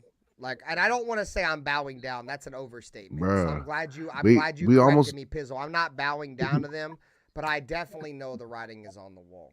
And as a fan, there's nothing I can do about it but sit in my chair and hope for the best. It's a divisional game, so I'm not saying the Raiders can't win this. You know, if history tends to repeat itself, we play Denver pretty well. You know what I mean? But I mean, can we pull what Cleveland did last night against Pittsburgh? I mean, it's possible, dude. We almost beat their ass the first time we played them. Yeah, we exactly. were If it about to wasn't go for up that pick 17 six, points. Yeah, if it wasn't for that pick six, we probably would have beat them. That play alone turned around our whole season, and there was no turning back. That part, that was the end. That was the end. Once because we already, like, after Carolina, it was like, okay, maybe that's a fluke game, and then we go out there, and then we looked really good against Denver, bro. And then the pick six, bro. Then it was just, dog. We fucking went from 0 to 100, from 100 to 0, instantly, dog. Like, god damn. That's a great point you make, dude. Was that also the turning point for our season as well? Was that the week after we won against Cleveland? That was the game, I think, after Cleveland's game. Yeah, we had just right. Because ever since that moment, we've just torpedoed, haven't we? We haven't lost. We haven't won since Cleveland. We've lost every game since Cleveland. Right, and to my point, because we were looking to your point as well. Like, we were looking good in that Broncos game until that pick six in the red zone, and then ever since then, our season has just spiraled. You're about to go up 3 possessions on their ass and fucking. Yeah, because we were already up 10 points right there, dude. We was about to make it 17 points. Pick six made it a 14-point swing, dude. It was a 3-point game, and then they ended up beating us after that. I don't think we scored any more fucking points, dog. Because the football guys thought we was doing too much. They was like, "Oh, who the fuck you guys think you are? You're the Raiders, man. You ain't supposed to be over here doing good." So they slapped the fuck out of his. Yeah, that pick six completely deflated our football team, dude. All I'm saying is we know we can play with him still. So fuck that. I'm Hey, not and that was all eyes on G. That was the Booger Man game too. We played the Broncos when he was picking his boogers, bro. So. I'm hoping this offense can get something going, something different. I know we got a bunch of backups and this and that, but fuck that. Dylan Labe right now 100 yards rushing. So I should take Labe over Abdullah? Is that what you're saying? Right now, dog. Prize picks right now, dude. Take him. Labe right now, 75 plus yards. That's risky. On the times 20 right now. Yeah, he's rolling the dice with that one. Jeez. Dylan Labe about to go crazy. Man. Now I gotta do like Brett say. What is you smoking? Man, he's smoking a bubble. I'm just trolling. That boy ain't gonna get 7 carries. I'm just trolling, bro. Don't take me serious. No, I don't. Like, we don't, bro. We don't. Fuck you, motherfucker.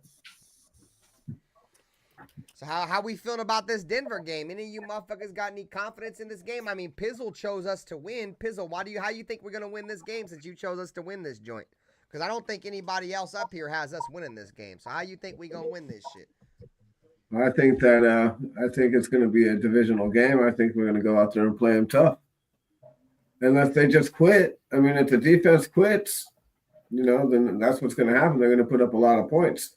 But if the offense goes out there and sustains drives, don't turn the ball over, we could win the game. All we need is some turnovers. They're going to give us a little bit of help. What's our offensive line makeup looking like? Have we come back to being healthy with some of our players were out last week, or what's I going on believe there? we can say I believe we can compete with them, but as far as competing for all 4 quarters, I think that's a tall task for what we have. So Andre James practiced this week, and Cody Whitehair, so they're both questionable. I don't think Andre James is getting his job back, but we might see Cody Whitehair come back and take over for Meredith. Nah, Meredith. Why? Starting. I'm not saying he should. I'm just saying, because he's the starter, right? Like, no, Pierce already named Meredith the starter. He did? Okay, well, thanks. I appreciate that. Okay, Good. cool. I didn't know. Meredith deserves it well over Whitehair and all these other cats like Pete and I don't know. I honestly didn't know. So I'm glad you guys told me. No, Meredith's been getting a bunch of props. I like Meredith. He's just little. He's dude. doing his thing. I seen him last week, dude. I seen him get pushed around a couple of times, but that's to be expected when you're talking about a dude that's what is he, Nate? 6'1", 6'2"? He's a little dude, bro. 6 foot, like 290. Yeah, he's a little dude, bro. Like, and they're probably exaggerating a little bit that's what they do. I mean, I don't give a fuck though. I don't give a fuck how tall he is, how much he weighs, you know what I'm saying? As long as he goes out there and balls. I mean, yeah, he's stout. He's stout for his size, strong hands, good hand placement, knows how to move his feet, good with his hips, all that stuff. But yeah, his problem is he as good as my boy Cooper Carlisle, Nate? Yeah, nah, hey, bro, Cooper Carlisle was a dog, though. I really remember. You throwing it back to the 99 to 2000s. Thank you, RaiderBen. I did this with Nate the other day, and everyone didn't know who the hell Cooper Carlisle was. And I'm like, he was nasty. How can you guys not remember? I think that was around the fucking Justin Fargas days, dude. Cooper Carlisle. Yeah, he was. Yeah. He was. I still remember Justin Fargas's last play as a Raider, bro. We were at home. I don't forget what team it was, so don't hold me on that. But I remember the Raiders. Justin Fargas ran a wheel route, dude, up the right sideline, dog, and he pulled his hamstring, bro. And that was like I'd never seen him after that, bro. He never got a shot with another team, did he? Justin Fargas. I don't think he did. Bro. I want to say the Broncos. Oh no, he did. Yeah, I think he did with the Broncos. Mm-hmm. I think you're right. Yeah. But he didn't do shit with them, did he? Nah. More of the same. Justin Fargas was cool, bro, and he ran hard. I like the way he ran. He used to always be in the town and shit. You feel me? He used to be real open with it. You feel me? So that shit was cool. Injury prone on Madden like a motherfucker. Right. He was deaf. But see, the thing about Justin Fargas, dude, is he used to be injury prone, but he used to fight through a lot of injuries, dude. That was back in the day where motherfuckers be out there still trying to play as much as they can to get paid, boy. That was his running style too, though. I tell you what, though, I'll take Justin Fargas over every single one of these running backs in the room we have at the moment. Yep. I'll take Harvey Williams over any of these running backs. Hey, and shout out to Nutty Raider Nate for throwing in Michael Bush in terms of one of his running backs, dog. Like, yeah, that's Michael Bush. Michael Bush, dude, in my opinion, if he would have got more, dude, that dude was him, gang. I love Michael. He was like our bus, bro. Yeah. You know who he reminded me that played at the same time? Brandon Jacobs, bro. Yeah, kind of. Yeah. They were very similar, dude. Like, they weren't fast, dude, but good luck trying to tackle that motherfucker, dude. That motherfucker is a walk. You talking about the fridge? You talking about Refrigerator Perry? You know what I'm saying? The new generation Refrigerator Perry was Brandon Jacobs and Michael Bush, dog. I remember playing with Michael Bush on Madden, dog, to get a compliment from Darren McFadden. Bro, that motherfucker would break like 100 tackles, bro. He was like Mike Allstott on crack, dog. Like Mike Allstott on drugs. Yep. Didn't he have to change up his whole style? Forgive me if I'm wrong, but I think it may have been you educating me on this one, that Michael Bush came into the league as a speed back, but because of an injury, he had to put on size, bulk up, and turn himself into more of a power back. He broke his leg. Yeah, at Louisville, he broke his leg his senior year, I think it was. He had one of the most gruesome injuries coming out of college, bro. I believe so. He was gonna be he was probably more than I wouldn't from what I had read, he was gonna be a first round pick running back. He was gonna be one of the best running backs coming out of college, and he broke his leg. He suffered what they considered a Marshawn Lattimore type injury. And no, I'm not talking about Marshawn Lattimore from the Saints. I'm talking about the running back Marshawn Lattimore that was drafted from South Carolina that went to the 49ers. Marcus. He had a really bad leg injury, dude, and he was one of the best running backs coming out of college. Lattimore never panned out. Michael Bush had a couple of good seasons for us, but yeah, man, I like Michael Bush a lot, bro. If you guys remember correctly, Michael Bush is the running back that got fucking John Gruden fired with the Buccaneers, because that final game, the Buccaneers had to beat us. I think they were 8-8. They had to beat us to go to the playoffs. We were in Tampa Bay with Jamarcus. It was Marcus Lattimore. Yeah, Marcus Lattimore. There you go. Thank you. I appreciate it. Gotcha. I had to fact check it. So fucking and Marcus Lattimore was one of the best running backs in college before that injury. That's pretty much what I'm saying. So anyways, fucking Michael Bush, fucking, and the Raiders, we were down, I think, like 10 points going into the fourth or something like that, double digits. And then fucking the Raiders came back, and then fucking the Raiders had to run the ball with Michael Bush. The Buccaneers put like their whole team in the box, dude, and Michael Bush was just running over everybody, bro. Fucking can't touch this. Yeah, it was great, bro. It was great to see, dude. That I'll never forget that game, because that game when we were losing was the game that my father asked me, because I was hella mad because we were gonna lose, I thought, at one point. And my dad was like, "Why do you like this team? All they do is make you mad, and you got anger problems already." You know what I'm saying? And one sweet spot is we did come back to win that game. But yeah, I'll never forget that Michael Bush game, dude. That was one of the greatest performances I ever seen. And what I mean by that is that the Buccaneers knew Michael Bush was I remember coming. Zach Crockett. The Buccaneers knew Michael Bush was coming, and they could not stop him, dude. They put their whole fucking team in the box, dude, and they could not stop him, bro. I don't think I've ever seen a running back for the Raiders in that situation, to where the team in a game where they had to win to make the playoffs, you know what I'm saying? They had to get a stop, dude. They did everything they could to stop this running back, bro, and Michael Bush just, dude, he was just running through motherfuckers, dog. Like, vision and balance was fucking, bro, just crazy, prestige. dog. Yep. Yeah, I loved Michael Bush, dog. He was. Hey, brothers, I love Michael Bush too. My only thing was always like, while I love Michael Bush, and it's not to take away from him, there's other names I would take before I would take him in my top 3 running backs as a turn range. But anyway, I'm just saying, I can kind of see where Nate's coming from with Michael Bush. Right. Because if I was to give my top 3 running backs from what I've seen, I would say number 3. Somebody's got some a TV on or something. Who's watching the news? Yeah, somebody's watching the news or something. I think Black City's dipping out. All right, Black, for surely. So Black, have a good one. My bad. Yeah, I got to do a show real quick. You know what I mean? No So, hey, I appreciate it, though. Right on, Black. Next week, Have a good it day, was glad sir. to have you, brother. How you say your name again? You got that. You got the Afakasi Raider. Avocado. Or just AR. Just call me AR. Is he gone? Is he faded to Black? Probably got a call. So No pun intended, let me huh? not start from 3. Let me start from 1. So the best Raider running back I think I've ever seen was Josh Jacobs. I think the second best Raider running back I saw was Darren McFadden.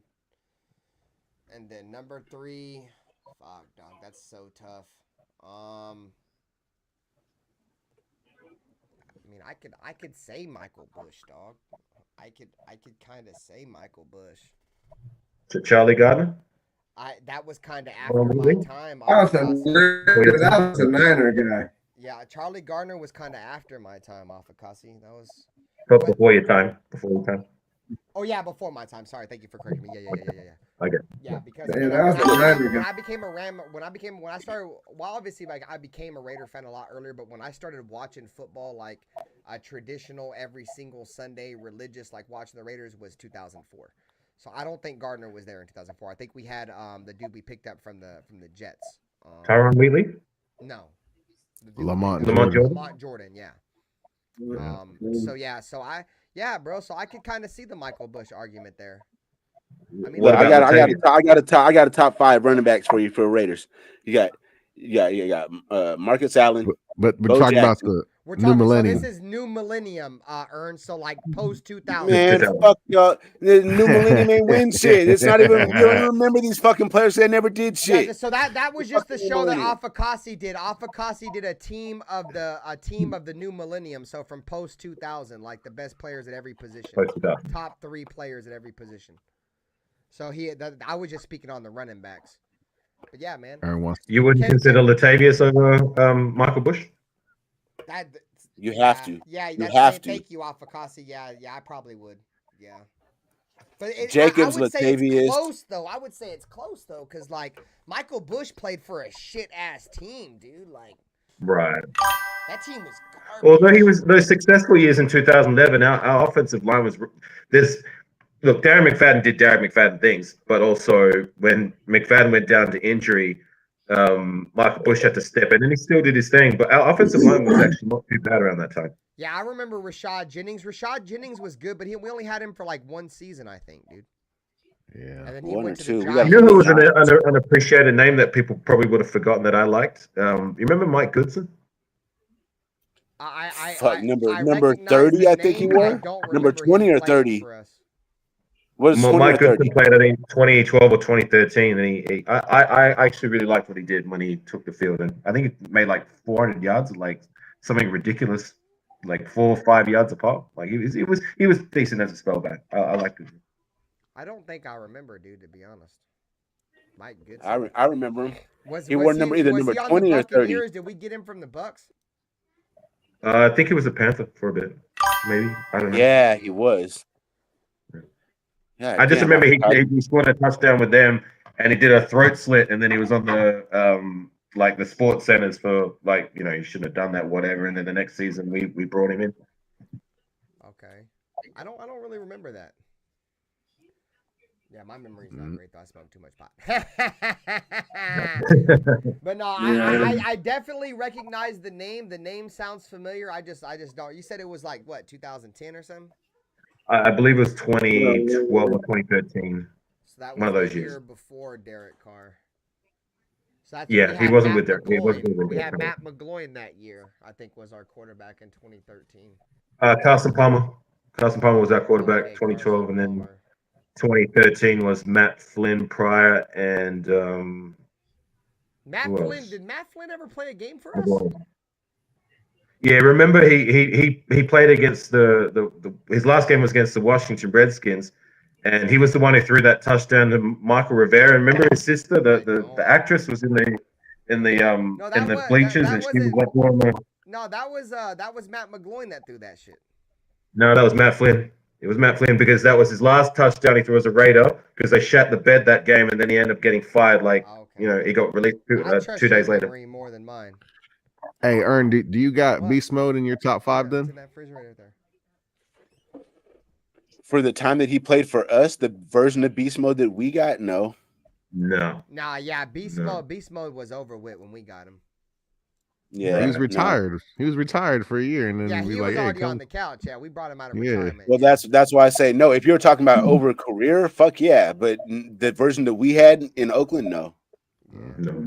That's another the Marshawn Lynch, bringing him to Oakland, bro, was just trying to sell tickets in a lame duck season for Oakland, dude. Yeah, you know what I'm saying? Like, that was the year that they knew the Raiders next year this was going to be their last year in Oakland. You know, let's bring in an Oakland native, you know, and the Raiders don't have a running back. Let's, for some odd reason, move on from Latavius Murray. You know what I'm saying? So, like I said, dog, that's really what it was. You know, it's Oakland, lame duck. Mark Davis.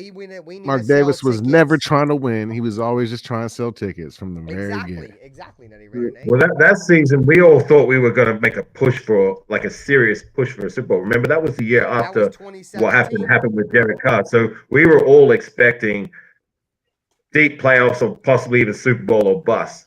What should have been that ended up being an absolute calamity. And we remember we nosedived after that Washington game because of the whole kneeling situation, and the players didn't block for Derek Carr. Yep. Because and then after that game, we just nosedived and never recovered. And then Jack Del Rio got fired.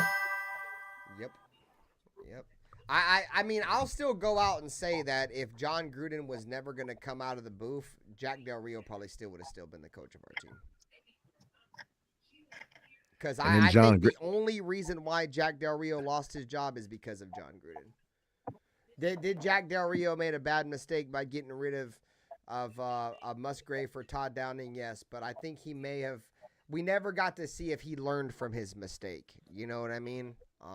Right. And I liked Jack Del Rio because like another guy that was you want to talk about the Raider way, right? Like he was another guy that he was from. I think his family was from Hayward. From Hayward, yeah, his family from Hayward.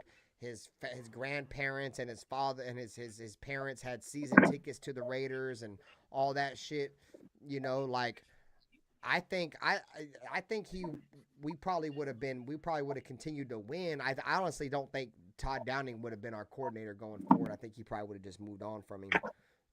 It's another rabbit hole. Well, James Harbaugh. We may have kept Khalil Mack if he'd have stayed on the door. Yep. I mean, I look at it like this though, bro. Like, if Khalil Mack didn't want to play here, dude, I mean, what can I do, bro? Like, fuck it, I can't force it. Can't make him come play. He just wanted the bag. He just wanted to be paid what he was rightfully earned. Carr got the bag. Well, we signed the wrong. Yeah, we signed the wrong. We took the wrong guy. Yeah, we signed the wrong guy, dog. We should have gave Khalil Mack $100. We should have gave Khalil Mack $100 million, not fucking Derek Carr. Exactly my point. That's what I'm saying. Like when these I don't throw this word out a lot, and I've said it before. But Derek Carr loves he was a generational talent. You don't let generational talent out the door. You reward players like that. You keep them in the door at all costs by any means necessary. I don't care how much he deserves to be paid because he was deserving of that money. But instead, we let him go for a few draft picks. We turned into Josh Jacobs and Damon friggin' Arnett. Damon Arnett. You know what I'm saying? At least we got Josh Jacobs, though, bro. You know what I'm saying? Right. Like, it sucks, though, because it takes us back to settling, right? Like, we have to settle, like, fuck, at least we got Josh Jacobs. But we should have had way more than that, dog. You know what I'm saying? Like, that's what sucks as being Raider fans. And it sucks, dude, because we have to just settle, bro. And it's like we have to settle because we have no control of the team. And we have to settle because the organization settles, dude. Like, at what point are the Raiders going to take a shot? Like, every team at some point, bro, they go out and they take a shot. Like, bro, I think this is it. This is it, dude. We never take a shot at nothing, bro. We just wait for everything to happen in front of us, bro. Like when you play not to win, or you play not to lose instead of playing to win, you're going to lose, bro. And we do that not only on the field, but we do that as an organization, bro. Like, we're scared to draft quarterbacks. Why? Like, why, bro? Like, why don't we shoot our shot? Like, let's go out and try to interview a big name head coach or something. Why are we settling? And this is no disrespect to Antonio Pierce, because I don't hate him as a person. I just don't like him as a head coach. But why did we settle for Antonio Pierce? Like, they said Harbaugh wouldn't have came here. We didn't even interview. We didn't even give Harbaugh an interview. Like, you got to stop settling, bro. You got to shoot for the stars, bro. You can't just sit in this complacent turtle shell, and especially when you're a perennial loser and think you're ever going to get better, dude. You never get complacent in life, but you definitely don't get complacent as a loser, bro. And that's where this franchise is at. We've settled for losing. We've settled for moral victories. We've settled, bro. We settled. You got to stop settling. You got to take shots. You got to do something. And we don't never do nothing. And that's why we suck. We're comfortable with losing. We're comfortable with motherfuckers laughing at us. Mark Davis is making money now in Vegas, regardless if we win or lose because of other fan bases. It don't matter, dude. We're fucked. It's the exact reason I don't want to tank. We're fucked. And not only we're fucked, but we're okay with being fucked. I'm going to shut up, dog, but that's just how it is. Well, I hear what you're saying, Ben. At least with the draft we're taking, we started taking some shots last year. Well, sorry, last year, you know what I mean? Like we at least started looking like we're getting that right under Telesco, which I can appreciate. And I'm hoping that's more of the same, especially to your point, if we do take a shot with a quarterback. If we take a shot much like we did with Brock Bowers in terms of which quarterback that we're looking at in the draft, then I think our future can be better. You know my issue off of Kasi and everybody that's watching, like, why the year that we have to be bad is the fucking year that none of these quarterbacks are like the clear-cut quarterback. Because that's the Raiders. Why couldn't we be this bad last year with Jaden and Caleb Williams or the year before with CJ? Like, why does it have to be this fucking year? Because the Raiders Raider. Yup. Dude, we are always giving the shit end of everything, dog. The timing is everything, bro. From, like I said, from the Derek Carr shit to the John Gruden shit to now that we're shit and we're gonna have a chance to get a quarterback, and none of these motherfuckers are even the quarterback that, like, fuck, dude. Like, let's be shit. That's why I say fuck it. Take Genty. Take Genty, be shit next year, and then get Arch Manning, dog. What up, Milka Beezy? Hey, can somebody go on Amazon and send Ben a pacifier? My God. I love the Raiders, but I hate when we lose, dude. I've gotten to this point in my life, like I just turned 33 last week. I've gotten to this point in my life where I've been a fan of this team since I was like 12 years old. And it's been like 20 years, and I don't think I've gotten to the point to where I've gotten to the point to where I've realized I don't think the Raiders are ever going to win in my life. Don't give up. Go ahead and accept it, bro. I've accepted this shit a long time ago, but I'm not changing my fanhood. I just know that we ain't ever gonna be shit. And if we do end up being shit, I'll be pleasantly surprised. You saw a little bit of winning though, Ern. Exactly. That's my point. Nate. A lot of you guys have seen something, dude. I've never seen nothing, dude. I've never even seen a playoff win. Yeah. The entirety of my fanhood, bro. 2 playoff games, haven't we, Ben? Yeah, 2 playoff games. One of them, I seen my quarterback break his leg in person in Christmas 2 weeks going into that playoff game. I witnessed that with my own 2 eyes. The Coliseum went from the atmosphere of like a fucking the biggest rock concert of your fucking life, dude, head banging, mosh pits, all that shit, to a fucking funeral, bro, at the drop of a dime when Derek Carr broke his leg. That bitch went silent, dog. I seen that with my own 2 eyes. That was my daughter's first ever game that she saw as a Raider fan in person. Was on Christmas, bro. Christmas Eve, bro. You could hear a pin drop on the pin TV. Drop, dog. You could hear a pin drop. You know, another time it was like that was when Rich Gannon got put out for his career against Tampa Bay because we thought we were going to go back to the Super Bowl game next year. That was my first game I ever watched as a Raider fan. That was the first game I ever watched in terms of watching every single game. I've said that game countless times, dude. When Derek Brooks took a cheap shot at Rich Gannon and he broke his collarbone, and the fact that Derek Brooks is in the safety committee now, finding people for cheap shots when he literally ended Rich Gannon's career. And Rich Gannon was already old. I'm not saying that, but he was a cheap shot motherfucker too, dog. No, that was a clean hit. Wasn't it Siragusa? No, Siragusa landed on him in a playoff game. But in 2024 or 2004, week 1, after the Super Bowl, we played Tampa Bay week 1. And Rich Gannon tried to run and scramble, and he put his head down, bro. And in that day of age, it was legal in that day of age of football. But in this day of age, they would have called a penalty. And what I'm saying is he's in charge of fines and shit for this day and age of hit, when he was doing crazy ass hit, ending motherfucker's career back in the day. It doesn't matter. It was legal then. No, I know. I'm just saying though. I know. But honestly, I get that. Honestly, that Rich Gannon breaking his neck and being out for his career because of that started the investigations, and that's why we have the rules that we have now. Yeah, that was the first game that I sat down and watched every single Raider game from that point on, dude. Was that game where Rich Gannon broke his collarbone? Because of the guy suing for the CT scan and getting billions of dollars. Yeah. Well, I mean that too, but I'm saying, I mean, if you're a mechanic and you cut your hand off in the fan, do you get to sue the company? That's part of the hazard of the job. I would say you get compensated. I don't think you're not going to get compensated from the company. What up, real OG? You get compensated from the company's insurance. Yeah, you get compensated from the insurance, but that's you'll get workman's comp. That's what I'm saying. But it's different from the NFL, right? You know you're going to come in and you're going to get hurt. That's part of the job. Yeah. You know what I'm saying? I mean, that's just. But now people are getting hurt. Now they're getting sued. Now they're suing them. Oh, I got this CT. Well, how do you know you didn't have it before you even came in?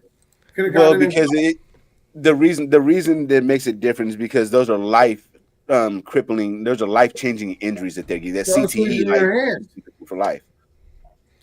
Hey, bro, James Firpo, CTE and losing a hand are not the same thing. Hey, James Firpo, I could agree with your comment with all those teams except for maybe the Lions, because I would take the Lions' shoes over ours right now in a fucking heartbeat, dude. You know what I'm saying? So he said at least we ain't the Lions, the Saints, the Browns, or the Panthers, or the Jags. All those teams are shit except for the Lions. All those teams are actually better than us, though. I would say. Yeah, I honestly think the Jags got talent, dude. The Jags got talent. I just don't think Trevor Lawrence is very good, dude. His game has never it still hasn't translated. I always thought he was overrated, bro. I've never been a fan of Trevor Lawrence. Yeah, his game has never translated to the NFL level yet, dude. Aside from this motherfucker looking like Sunshine from Remember the Titans. He's literally Daniel Jones 2.0. He looks like a surfer boy enough. Dude, imagine, check this out, guys. Imagine paying your quarterback. Check this out, guys. Imagine paying your quarterback $50 million and you have the number 1 overall pick in the draft. That's nuts, dude. Like, I don't know if you can ever rebound from that, dude, because you can't have the number 1 overall pick in the draft and you're paying your quarterback that much money. In their defense, bro, that's what you're gonna pay for a starting quarterback on the second contract. That's why they shouldn't have paid him, though, Ern. They shouldn't have paid him. He's not worth that, dude. Trevor Lawrence has never shown that he's worth $50 million. Yeah, none of these quarterbacks are worth 50. You know how much money $50 million a year is? Nobody. Well, not every quarterback gets paid that, because Derek Carr's only getting paid like 32. I mean, there's a lot of bad quarterbacks that are getting paid $50 million, though, bro. Shout out to Daniel Jones, who just got released, and he was getting paid $45 million. I didn't say we need to sign Daniel Jones, Raider Room, you lying sack of shit. Fuck you, motherfucker. No, I'm just kidding. You know I love you, Raider Room. But no, I ain't said that. I'm just trolling you, bro. Shout out to Champy. He said, yeah, you can trade the pick. What pick? Fuck you talking about? No, no one trades with us. I wouldn't mind picking up Daniel Jones next year as like a backup if we draft a quarterback, but no, I don't want Daniel Jones this year. No, I'm good. Justin Herbert, who's never won shit, I don't think he's ever even been to the playoffs, is making 52.5. Herbert has been to the playoffs, dude. They were up 28 or 24 points against the Jaguars, dude, and lost. Oh, really? Yeah. Yeah, he's never won a playoff game. I'd take Herbert over any of these cats we brought in the door in the last 2 years. Well, hell yeah. But that's not saying much, though. You know that. Right. That's an easy call. Dude, I would take so many quarterbacks over the ones we got, dude. But look, these are the ones that are making the most. So you got Joe Burrow and Jordan Love are both making 55. Trevor Lawrence is making 55. Tua's making 53. Jared Goff is earning his 53. I'll give him that. Justin Herbert's making 52.5. Lamar Jackson's making 52. Jalen Hurts is making 51, and they're struggling bad, bro. I think he was a flash in the pan. Me too. He's on bus watch for me. Deshaun Watson, 46. Kirk Cousins, 45. And Patrick Mahomes is number 11 at 45. Josh Allen at 43. Dak Prescott at 40. Daniel Jones at 40. Matthew Stafford at 40. Here are quarterbacks who are set to receive the most guaranteed money as part of their current contracts. Watson's $230 million guaranteed. Guaranteed. Burrow, $219. These are all guaranteed. Burrow, $219. Herbert, $218 and that $218.7. Lawrence, $200 million guaranteed. Lamar Jackson, $185. Hurts, $179. Goff, $170. Tua, $167. Love, $160. And Murray, $159. The million, bro. Browns are so fucked, dude. The Browns, dude, they gotta pay him $200-something million. They're probably about getting ready to cut that dude, bro. That's gotta be the worst signing in the history of the league, dude. You gotta pay him over $200 million guaranteed. Your chat wants to know what's Kyler. Kyler is 159.8 million guaranteed, and he comes in at I don't even remember what his. Fuck it. If I see it, I'll say it. So Kyler gets 160 million guaranteed. 46.1 a year. I tell you one thing that works out for us, like just a little bit of positivity, is that we're not one of these teams. Thanks, Aaron. Appreciate that, dog. We're going to come into next season with a boatload of cash. We're not overpaying anyone, to my knowledge, per se, on bad contracts as it stands. And we're going to have at least 8 draft picks next off season, as it stands. So we have the ammunition. 100+ million off of Kasi. Right. We have the ammunition to turn it around. We just need to make the right moves in order to. Well, I'm right here. Let's. Hey, we have 20 expiring contracts this year. I counted the other day. 40. No, 20 this year. And then another 12 next year. So let's let me so while we're talking about it, let's go ahead and let me bring up Sport Trek real quick. Let me see if I can see who they're going to say that are going to be free agents next year, and we can talk a little bit about them real quick while we're here. Fuck it. I don't like talking about the draft, but I will talk a little bit about free agency. So you got Stephon Diggs. Yeah, we got our own issues. I'm just trying to talk about like outside guys that we might be able to bring in. Oh. So we got Stephon Diggs out there at 31. Bro. Nobody coming here. T. Higgins is a guy that I think a lot of Raider fans, I wouldn't mind bringing in T. Higgins. Fit. That's a nice fit, but you got to convince him to come here. Yeah, I don't want to. I'm too high to go. Would you guys pay Purdy? Money talks, man. Money talks. Would I pay who? Hey, who? What? Purdy. No. Purdy's already. Oh no, it's crazy. I think the Niners have to pay Purdy next year. Yep.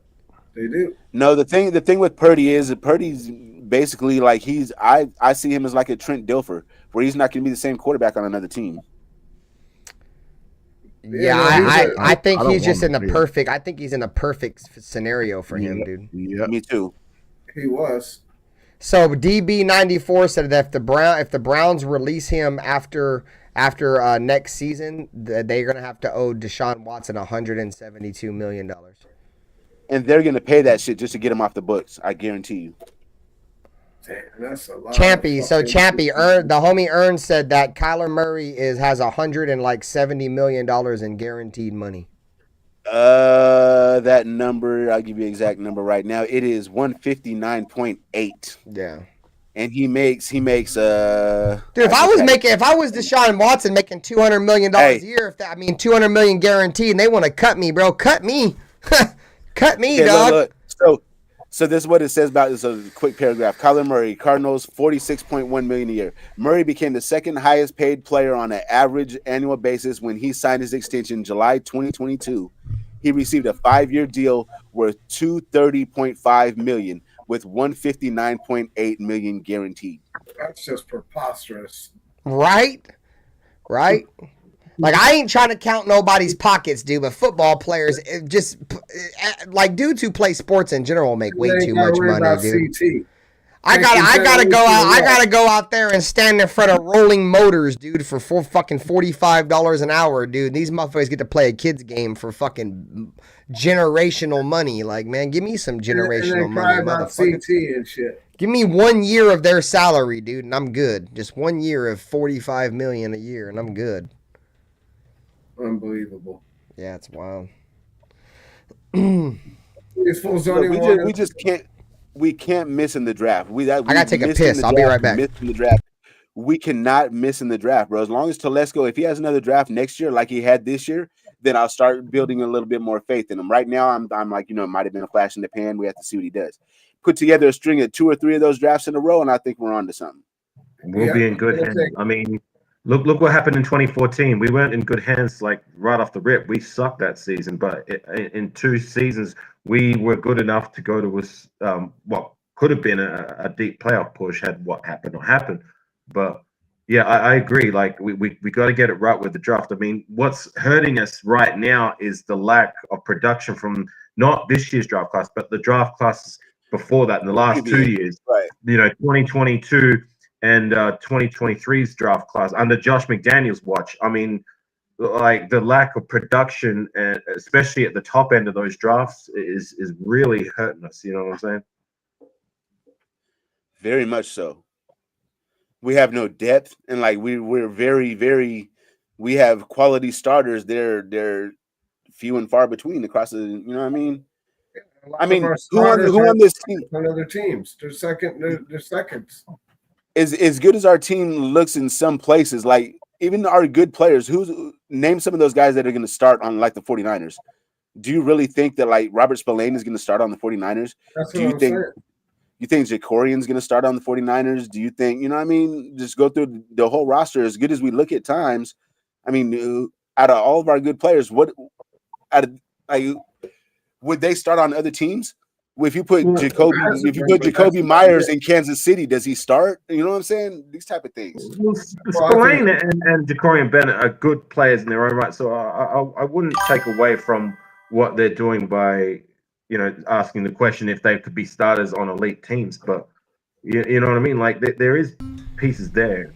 You know what I'm saying? But yeah, like we got to hit it out of the ballpark again with the draft. If we can nail 2 draft classes in a row. And do something with this cash that we got, then we should be able to turn it around, right? We got 21 personnel, bro. We'll be good. We'll get him next year. Yeah, see, DB's a Bronco fan, dude. Like he kind of sees it from an outside perspective. Like every time he comes over here, dude, he's like, bro, if you guys can just get a quarterback and get the right coach, you guys can turn around the season. But that's asking for a lot, though, dude. But DB, I don't know if you're watching our team close enough, bro. But our issues is not just coaching and quarterback, bro. It's much deeper than that. Well, I mean, obviously, but you got to get those two. You have to get that shit addressed before you can really address anything else, dude. You got to get it started. You got to from the address top. the offensive line before you bring in the quarterback. Honestly. Yep. Can I ask the question though? Like, even if say we had, I don't know, who's an elite coach at the top of your mind? Like, who would you say is one of the better coaches? The Dan Campbell, Andy Reid. Okay, Andy Reid or Dan Campbell. Say they were in they were our coach with this team. Yeah, Kyle Shanahan, Sean McVay. There's a lot of them. Yeah. Would you really expect them to be that much better to the point where our team would be pushing for a better record? I mean, our player personnel, for the most part, is. I mean, I'm not saying the coaching's been great because it hasn't. I'm not.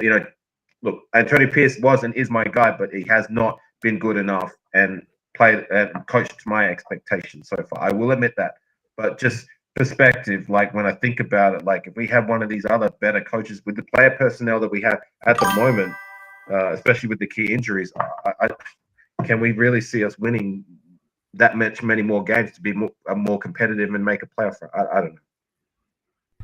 Hey, I don't think so. We don't have the personnel to run the Andy Reid style offense. Yeah. We don't have the person. We don't have a quarterback. I mean, we can't until we get a quarterback. We don't have nobody to run anybody's offense. And that's exactly his point with this personnel. Like, it doesn't really matter what coach you come in. You're gonna get pretty much the same result. Maybe yeah, with this quarterback, with these quarterbacks, maybe yeah, 1 or 2 more wins, but it's like if you put any other guy in this situation, offensive line. Yeah, if you put, I'll actually go out on a limb and say that. If this dude Turner would have been our offensive coordinator, we probably would have had more than 2 wins if he was our coordinator. Possible.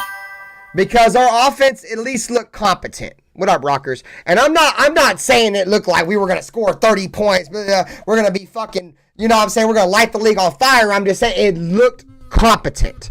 And it actually looked competent, guys, mind you, with no running game. Jacoby Myers was our number 1 running back, and he was a receiver. So no running game, and our offense still, for the most part, looked competent. You want to know why? A lot of the reason why is because the Raiders did, which Luke Getsy should have been doing since week 1 is identify who your playmakers are and give them the ball. You give the ball to Brock Bowers. You give the ball to Jacoby Myers. That's what you do. You want to be successful, you give them the ball. Obviously, it was Adams before, but give Brock, give Jacoby the ball, and good things are going to happen. And that's what happened. Unfortunately, we had no running game to complement that somewhat of a decent offense that we had last week, and our defense was a no-show. Our third down defense was all of a sudden nowhere to be found. And obviously, yeah, we lost Ja'Cory Bennett, and that's a huge loss, barring he's like the number 1 corner in the NFL on third down. But, you know, dude, our defense was nowhere to be found in that Miami game, dude. I'm with you, bro. The defense sucked, but I don't think our offense did as good as everybody thinks they did. They looked about the same as they have all year. We kind of move the ball, get a bunch of yardage, and we stall in the red zone. And it's the same. It's the same story. But I feel like we gave our guys. Hold on. Go ahead. I just think that this Miami team wasn't expecting us. Didn't know what to expect with this new offense, but we had going into it. So we kind of caught them off balance a little bit. Stop discrediting shit, gang. Hey, bro, Come on, gang. I can't give Scott Turner. We didn't win the game, so I'm not gonna. Yeah, fuck that. I know. I'm drunk. Sorry. Ben, we as Raider fans, we've seen these flash in the pan. I know. I'm drinking. I'm not gonna lie. I'm drinking too much Brock Bowers Kool-Aid, dog. Look, and it's not that we want to hate on Bowers or Turner. It's just like just show us more. That's all we wanted. That's what we're trying to say. Bro, I honestly feel like a groupie, gang. Like, I don't think I've ever been. I don't think I've ever been. Dude, I don't think I've ever been this hung up on a player, bro. Like, I love Brock Bowers, bro. It's my dude, gang. You feel me? I fuck with him. I hope he don't start doing the double jersey thing. But with that said, Ben, you gotta throw a pause in there somewhere, bro. No, all play.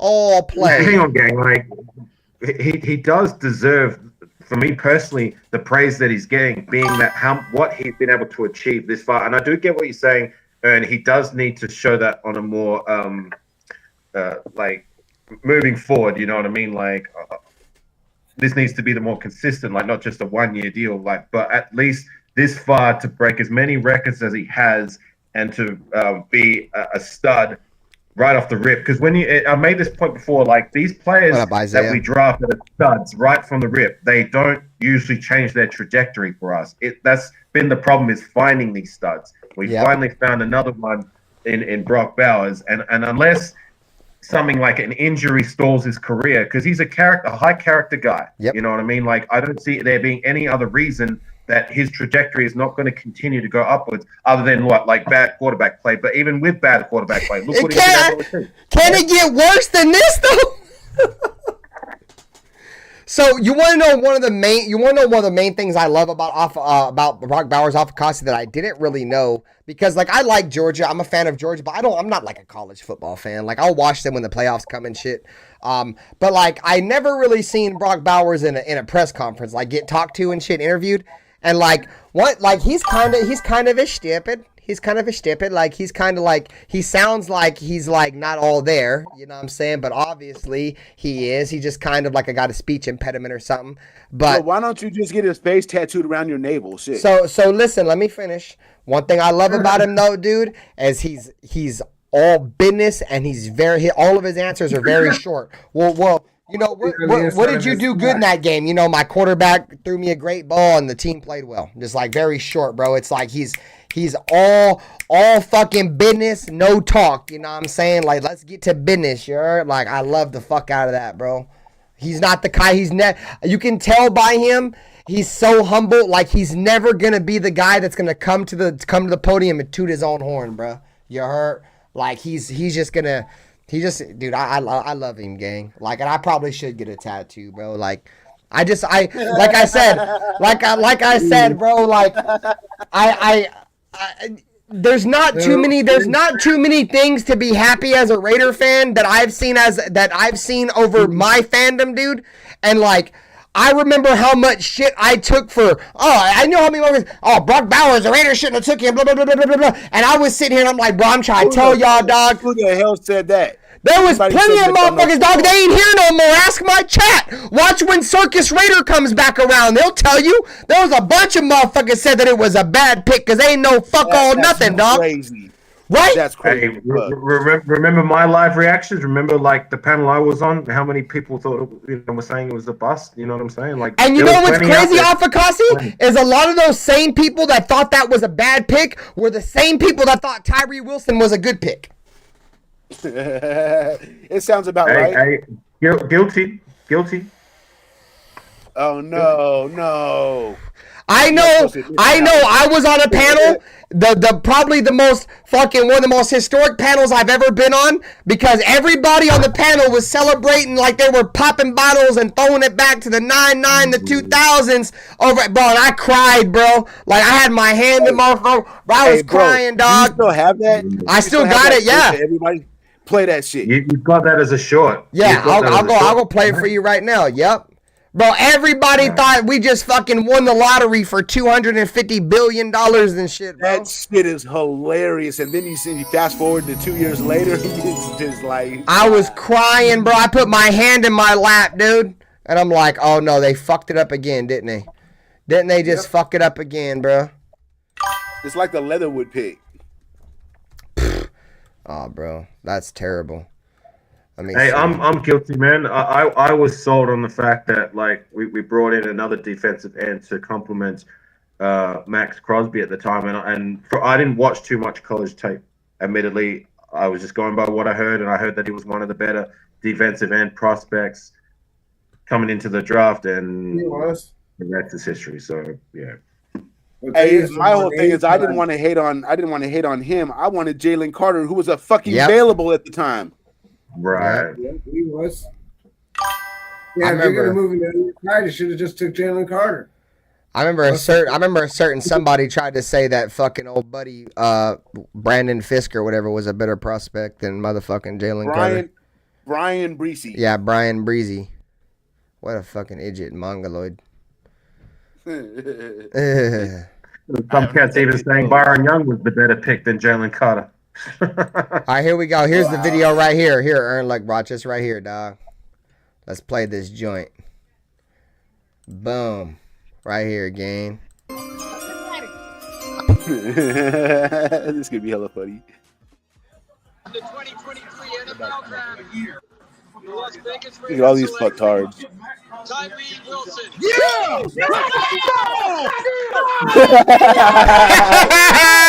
Let's go! Baby! Everybody's reaction, I knew the Raiders fucked up, dog. Look at this.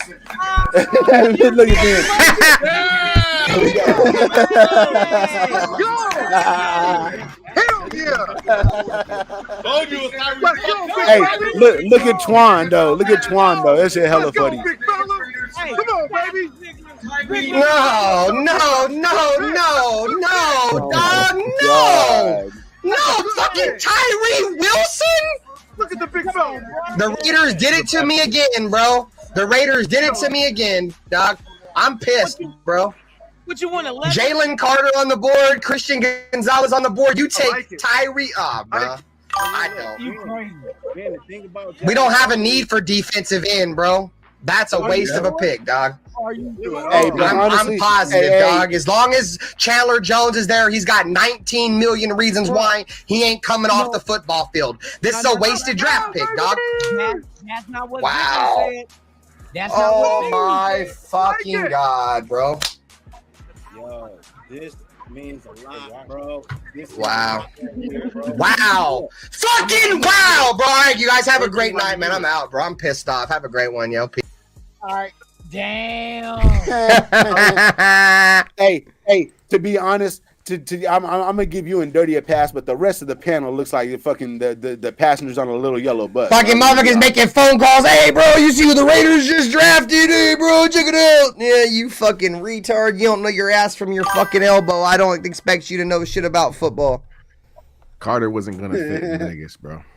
No, I agree. I kind of agree, Nutty Raider Nate, but still, you can't base off what ifs, Nutty Raider Nate, because if my aunt had a pair of nuts, she would be my uncle. You know what I'm saying? So, You It's feel not me? What if it's fact that Vegas thinks It's the not place a is- fact though, Nate, because he never played here. We can't say it. Yes, do we have a bad history? The Raiders have a bad history of DUIs. Bro, before the Raiders even settled down and played their first game in Vegas, Josh Jacobs damn near killed himself at the airport in Vegas after the final game in Oakland, bro. He hit like a median or something. Boom. And then you had Nate Hobbs, who had gotten like a speeding ticket and a DUI already, and then you had the Henry Ruggs shit. So I agree where you're coming from, but to say that it would have never worked out, we'll never know because he never got drafted here. You know what I mean? So We could have took Gonzalez.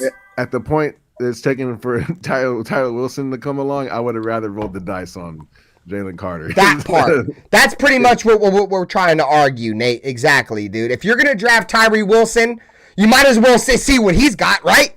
Even if he fucks up and ruins his whole shit, and this is no diss to him, but at least we can take a shot at it. A dude that actually has potential. Tyree Wilson never did shit in college, bro. Never did nothing. When he did do something, bro, it was against no-name schools, bro. Like he never did shit against NFL talent, is what I'm trying to say in college, bro. Nothing. Look. If you're not going to draft for a specific need, and we didn't have a specific need at that position, we had Chandler Jones and Max Crosby at the time. We didn't have a dire need where we need to spend the first round draft pick on defensive end. So that means if we're not drafting for a specific need, that means we're drafting best player available. So who the fuck is telling our scouting department that this is the best player available? That's what I'm saying. There's a disconnect with the scouting department. Bro, I said halfway into Tyree Wilson's rookie season, he was going to be the Alex Leatherwood of the defensive line, bro. And that's exactly what he is. The only difference is he ain't been cut yet, bro. He ain't been cut yet. He ain't fuck all nothing, bro. You got players like Kavion Chase on, bro. Fucking guys like, who was the one guy that had to play against the Ravens, the sack or whatever? Charles Snowden. Yes, you have guys like this outplaying him. Frosty the Snowman. That's what I'm trying to say, dog.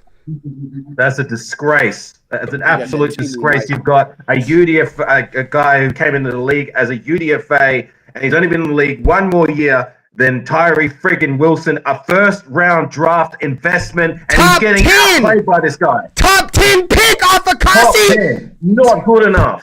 Not good enough. He's just not motivated. You can't motivate people. There was Pizzle. There's raw potential there, though. He had the size. He had the. There was raw potential in Jamarcus Russell, dog, and look where that got us. Yeah.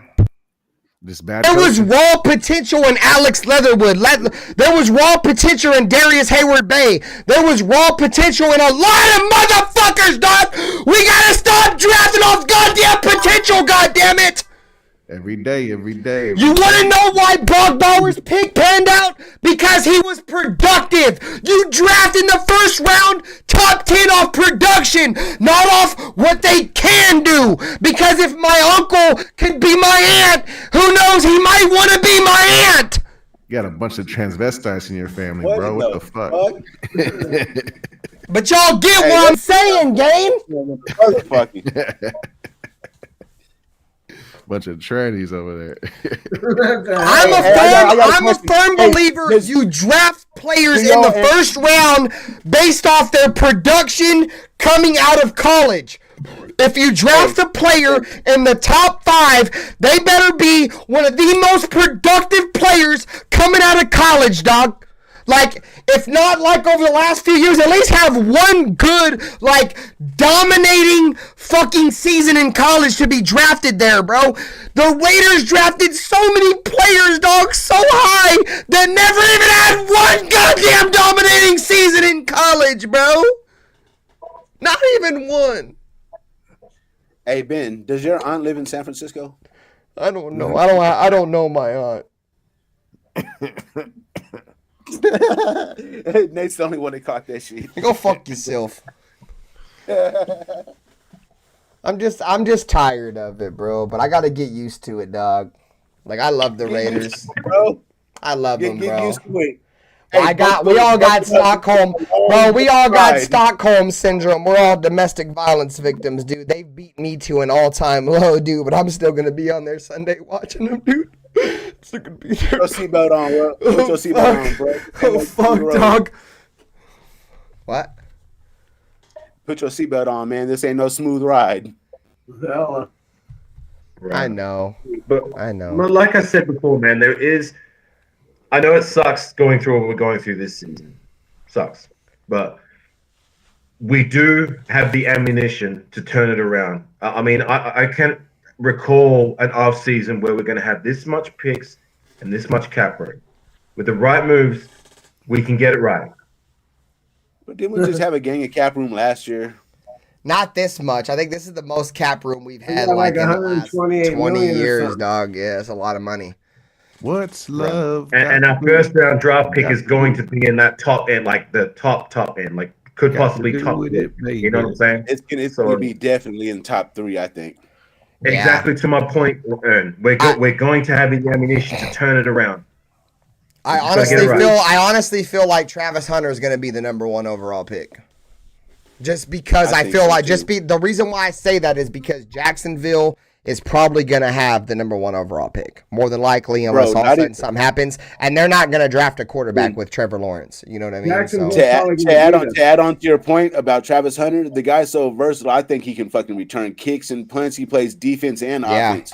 You can he's like fucking Charles Woodson. Yeah, I mean, I'm a firm believer. I'll stand on taking best player available, dude. If Cam Ward and Shador Sanders are gone by the time that we pick, dude, take Alshon Jenti, dog.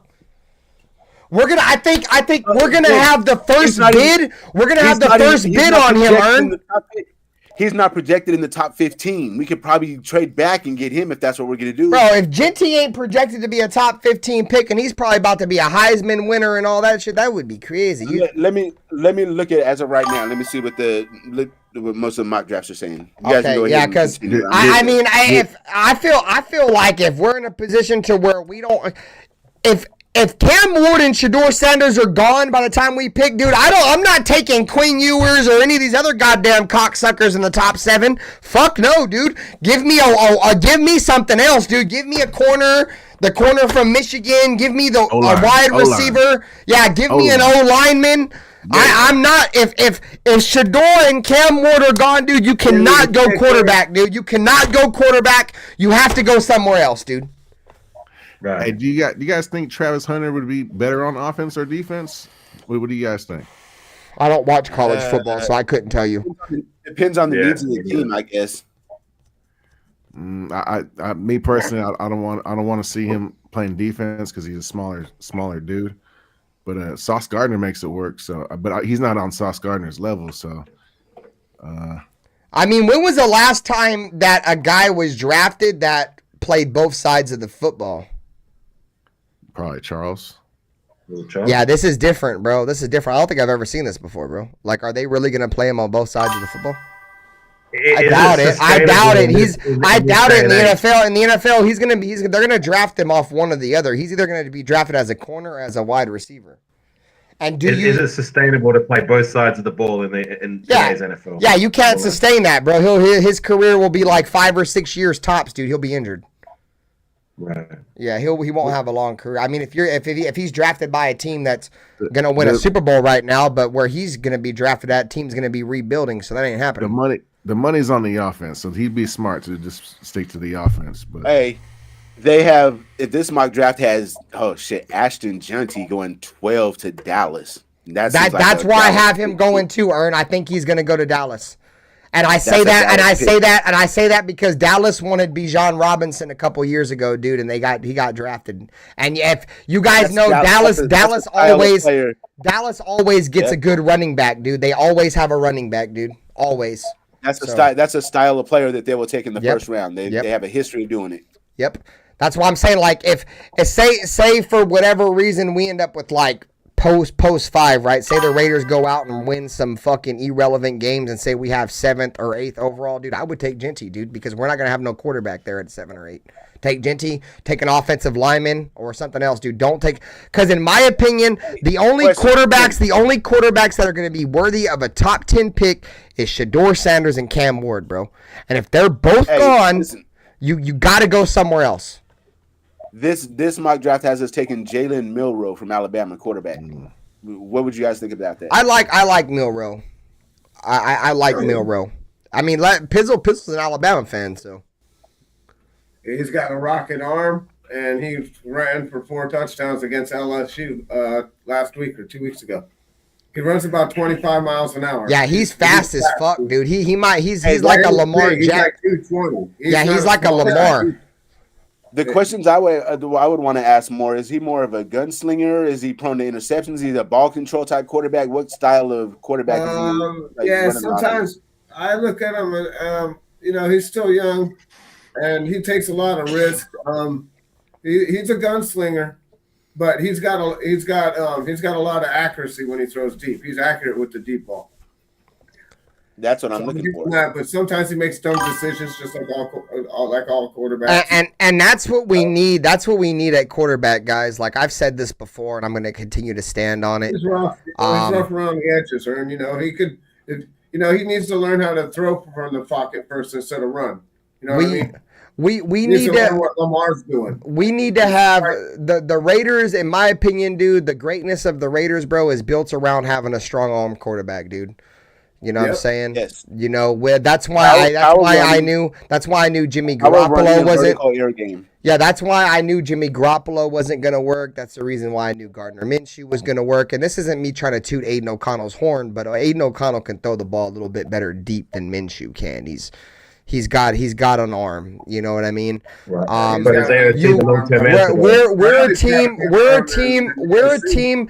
a team that's based on the precipice of our offense is based off taking what we want instead of what the defense gives. And right now, over the last couple of years with Jimmy Garoppolo and Minshew, we've put ourselves in a position to where we have to take what the defense gives us. We can't go out there and take what we want, bro. Like, we got Trey Tucker for nothing. I don't think Trey Tucker has one reception this year of over 20-plus yards. Like, not one. He's terrible in the contested catches on the outside. Yeah. That's why I don't like him. Look, he's been forced into an outside receiver role. That's not his game. His game is playing the inside slot. And that explains like his lack of production this year. That's the easy explanation. But see, this is the thing, though, Ern. The player personnel just isn't good enough. He was mainly drafted just to be a deep threat. You know what I'm saying? Like, if we're not gonna throw it to him deep, what round did we take him? In the 3rd round, bro. Then I'm okay with that. I'm okay with him being a strictly slot receiver in the 3rd round pick. I don't really think he's a slot wide receiver, to be honest. He's the pick we got for Wallace. Yeah, I don't think he's a slot wide receiver. If you look at when he excels at. But if you look at him last year, dude, a lot of his plays that he made was on the outside. He wasn't really a slot wide, right? Yeah, number he 3, was. 4. I don't remember very many plays that he made in the slot last year. Ern, what up, Dixon? Hold on. Let me say something. So when you have 3 receivers on the field, you have Devontae Adams, Jacoby Myers, and Trey Tucker.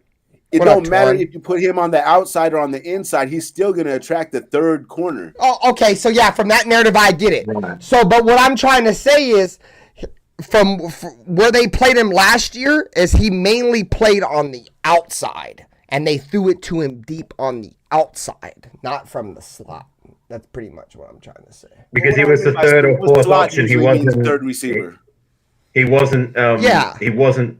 We're banking on him now to be number 2. Even when Jacoby Myers and Devontae Adams was traded, we were banking on him to be our number 1 option. He's just not that. To me, he's not Jacoby Ford, who was able to do that. He had a very similar skill set to Trey Tucker. Jacoby Ford was able to do that in a pinch.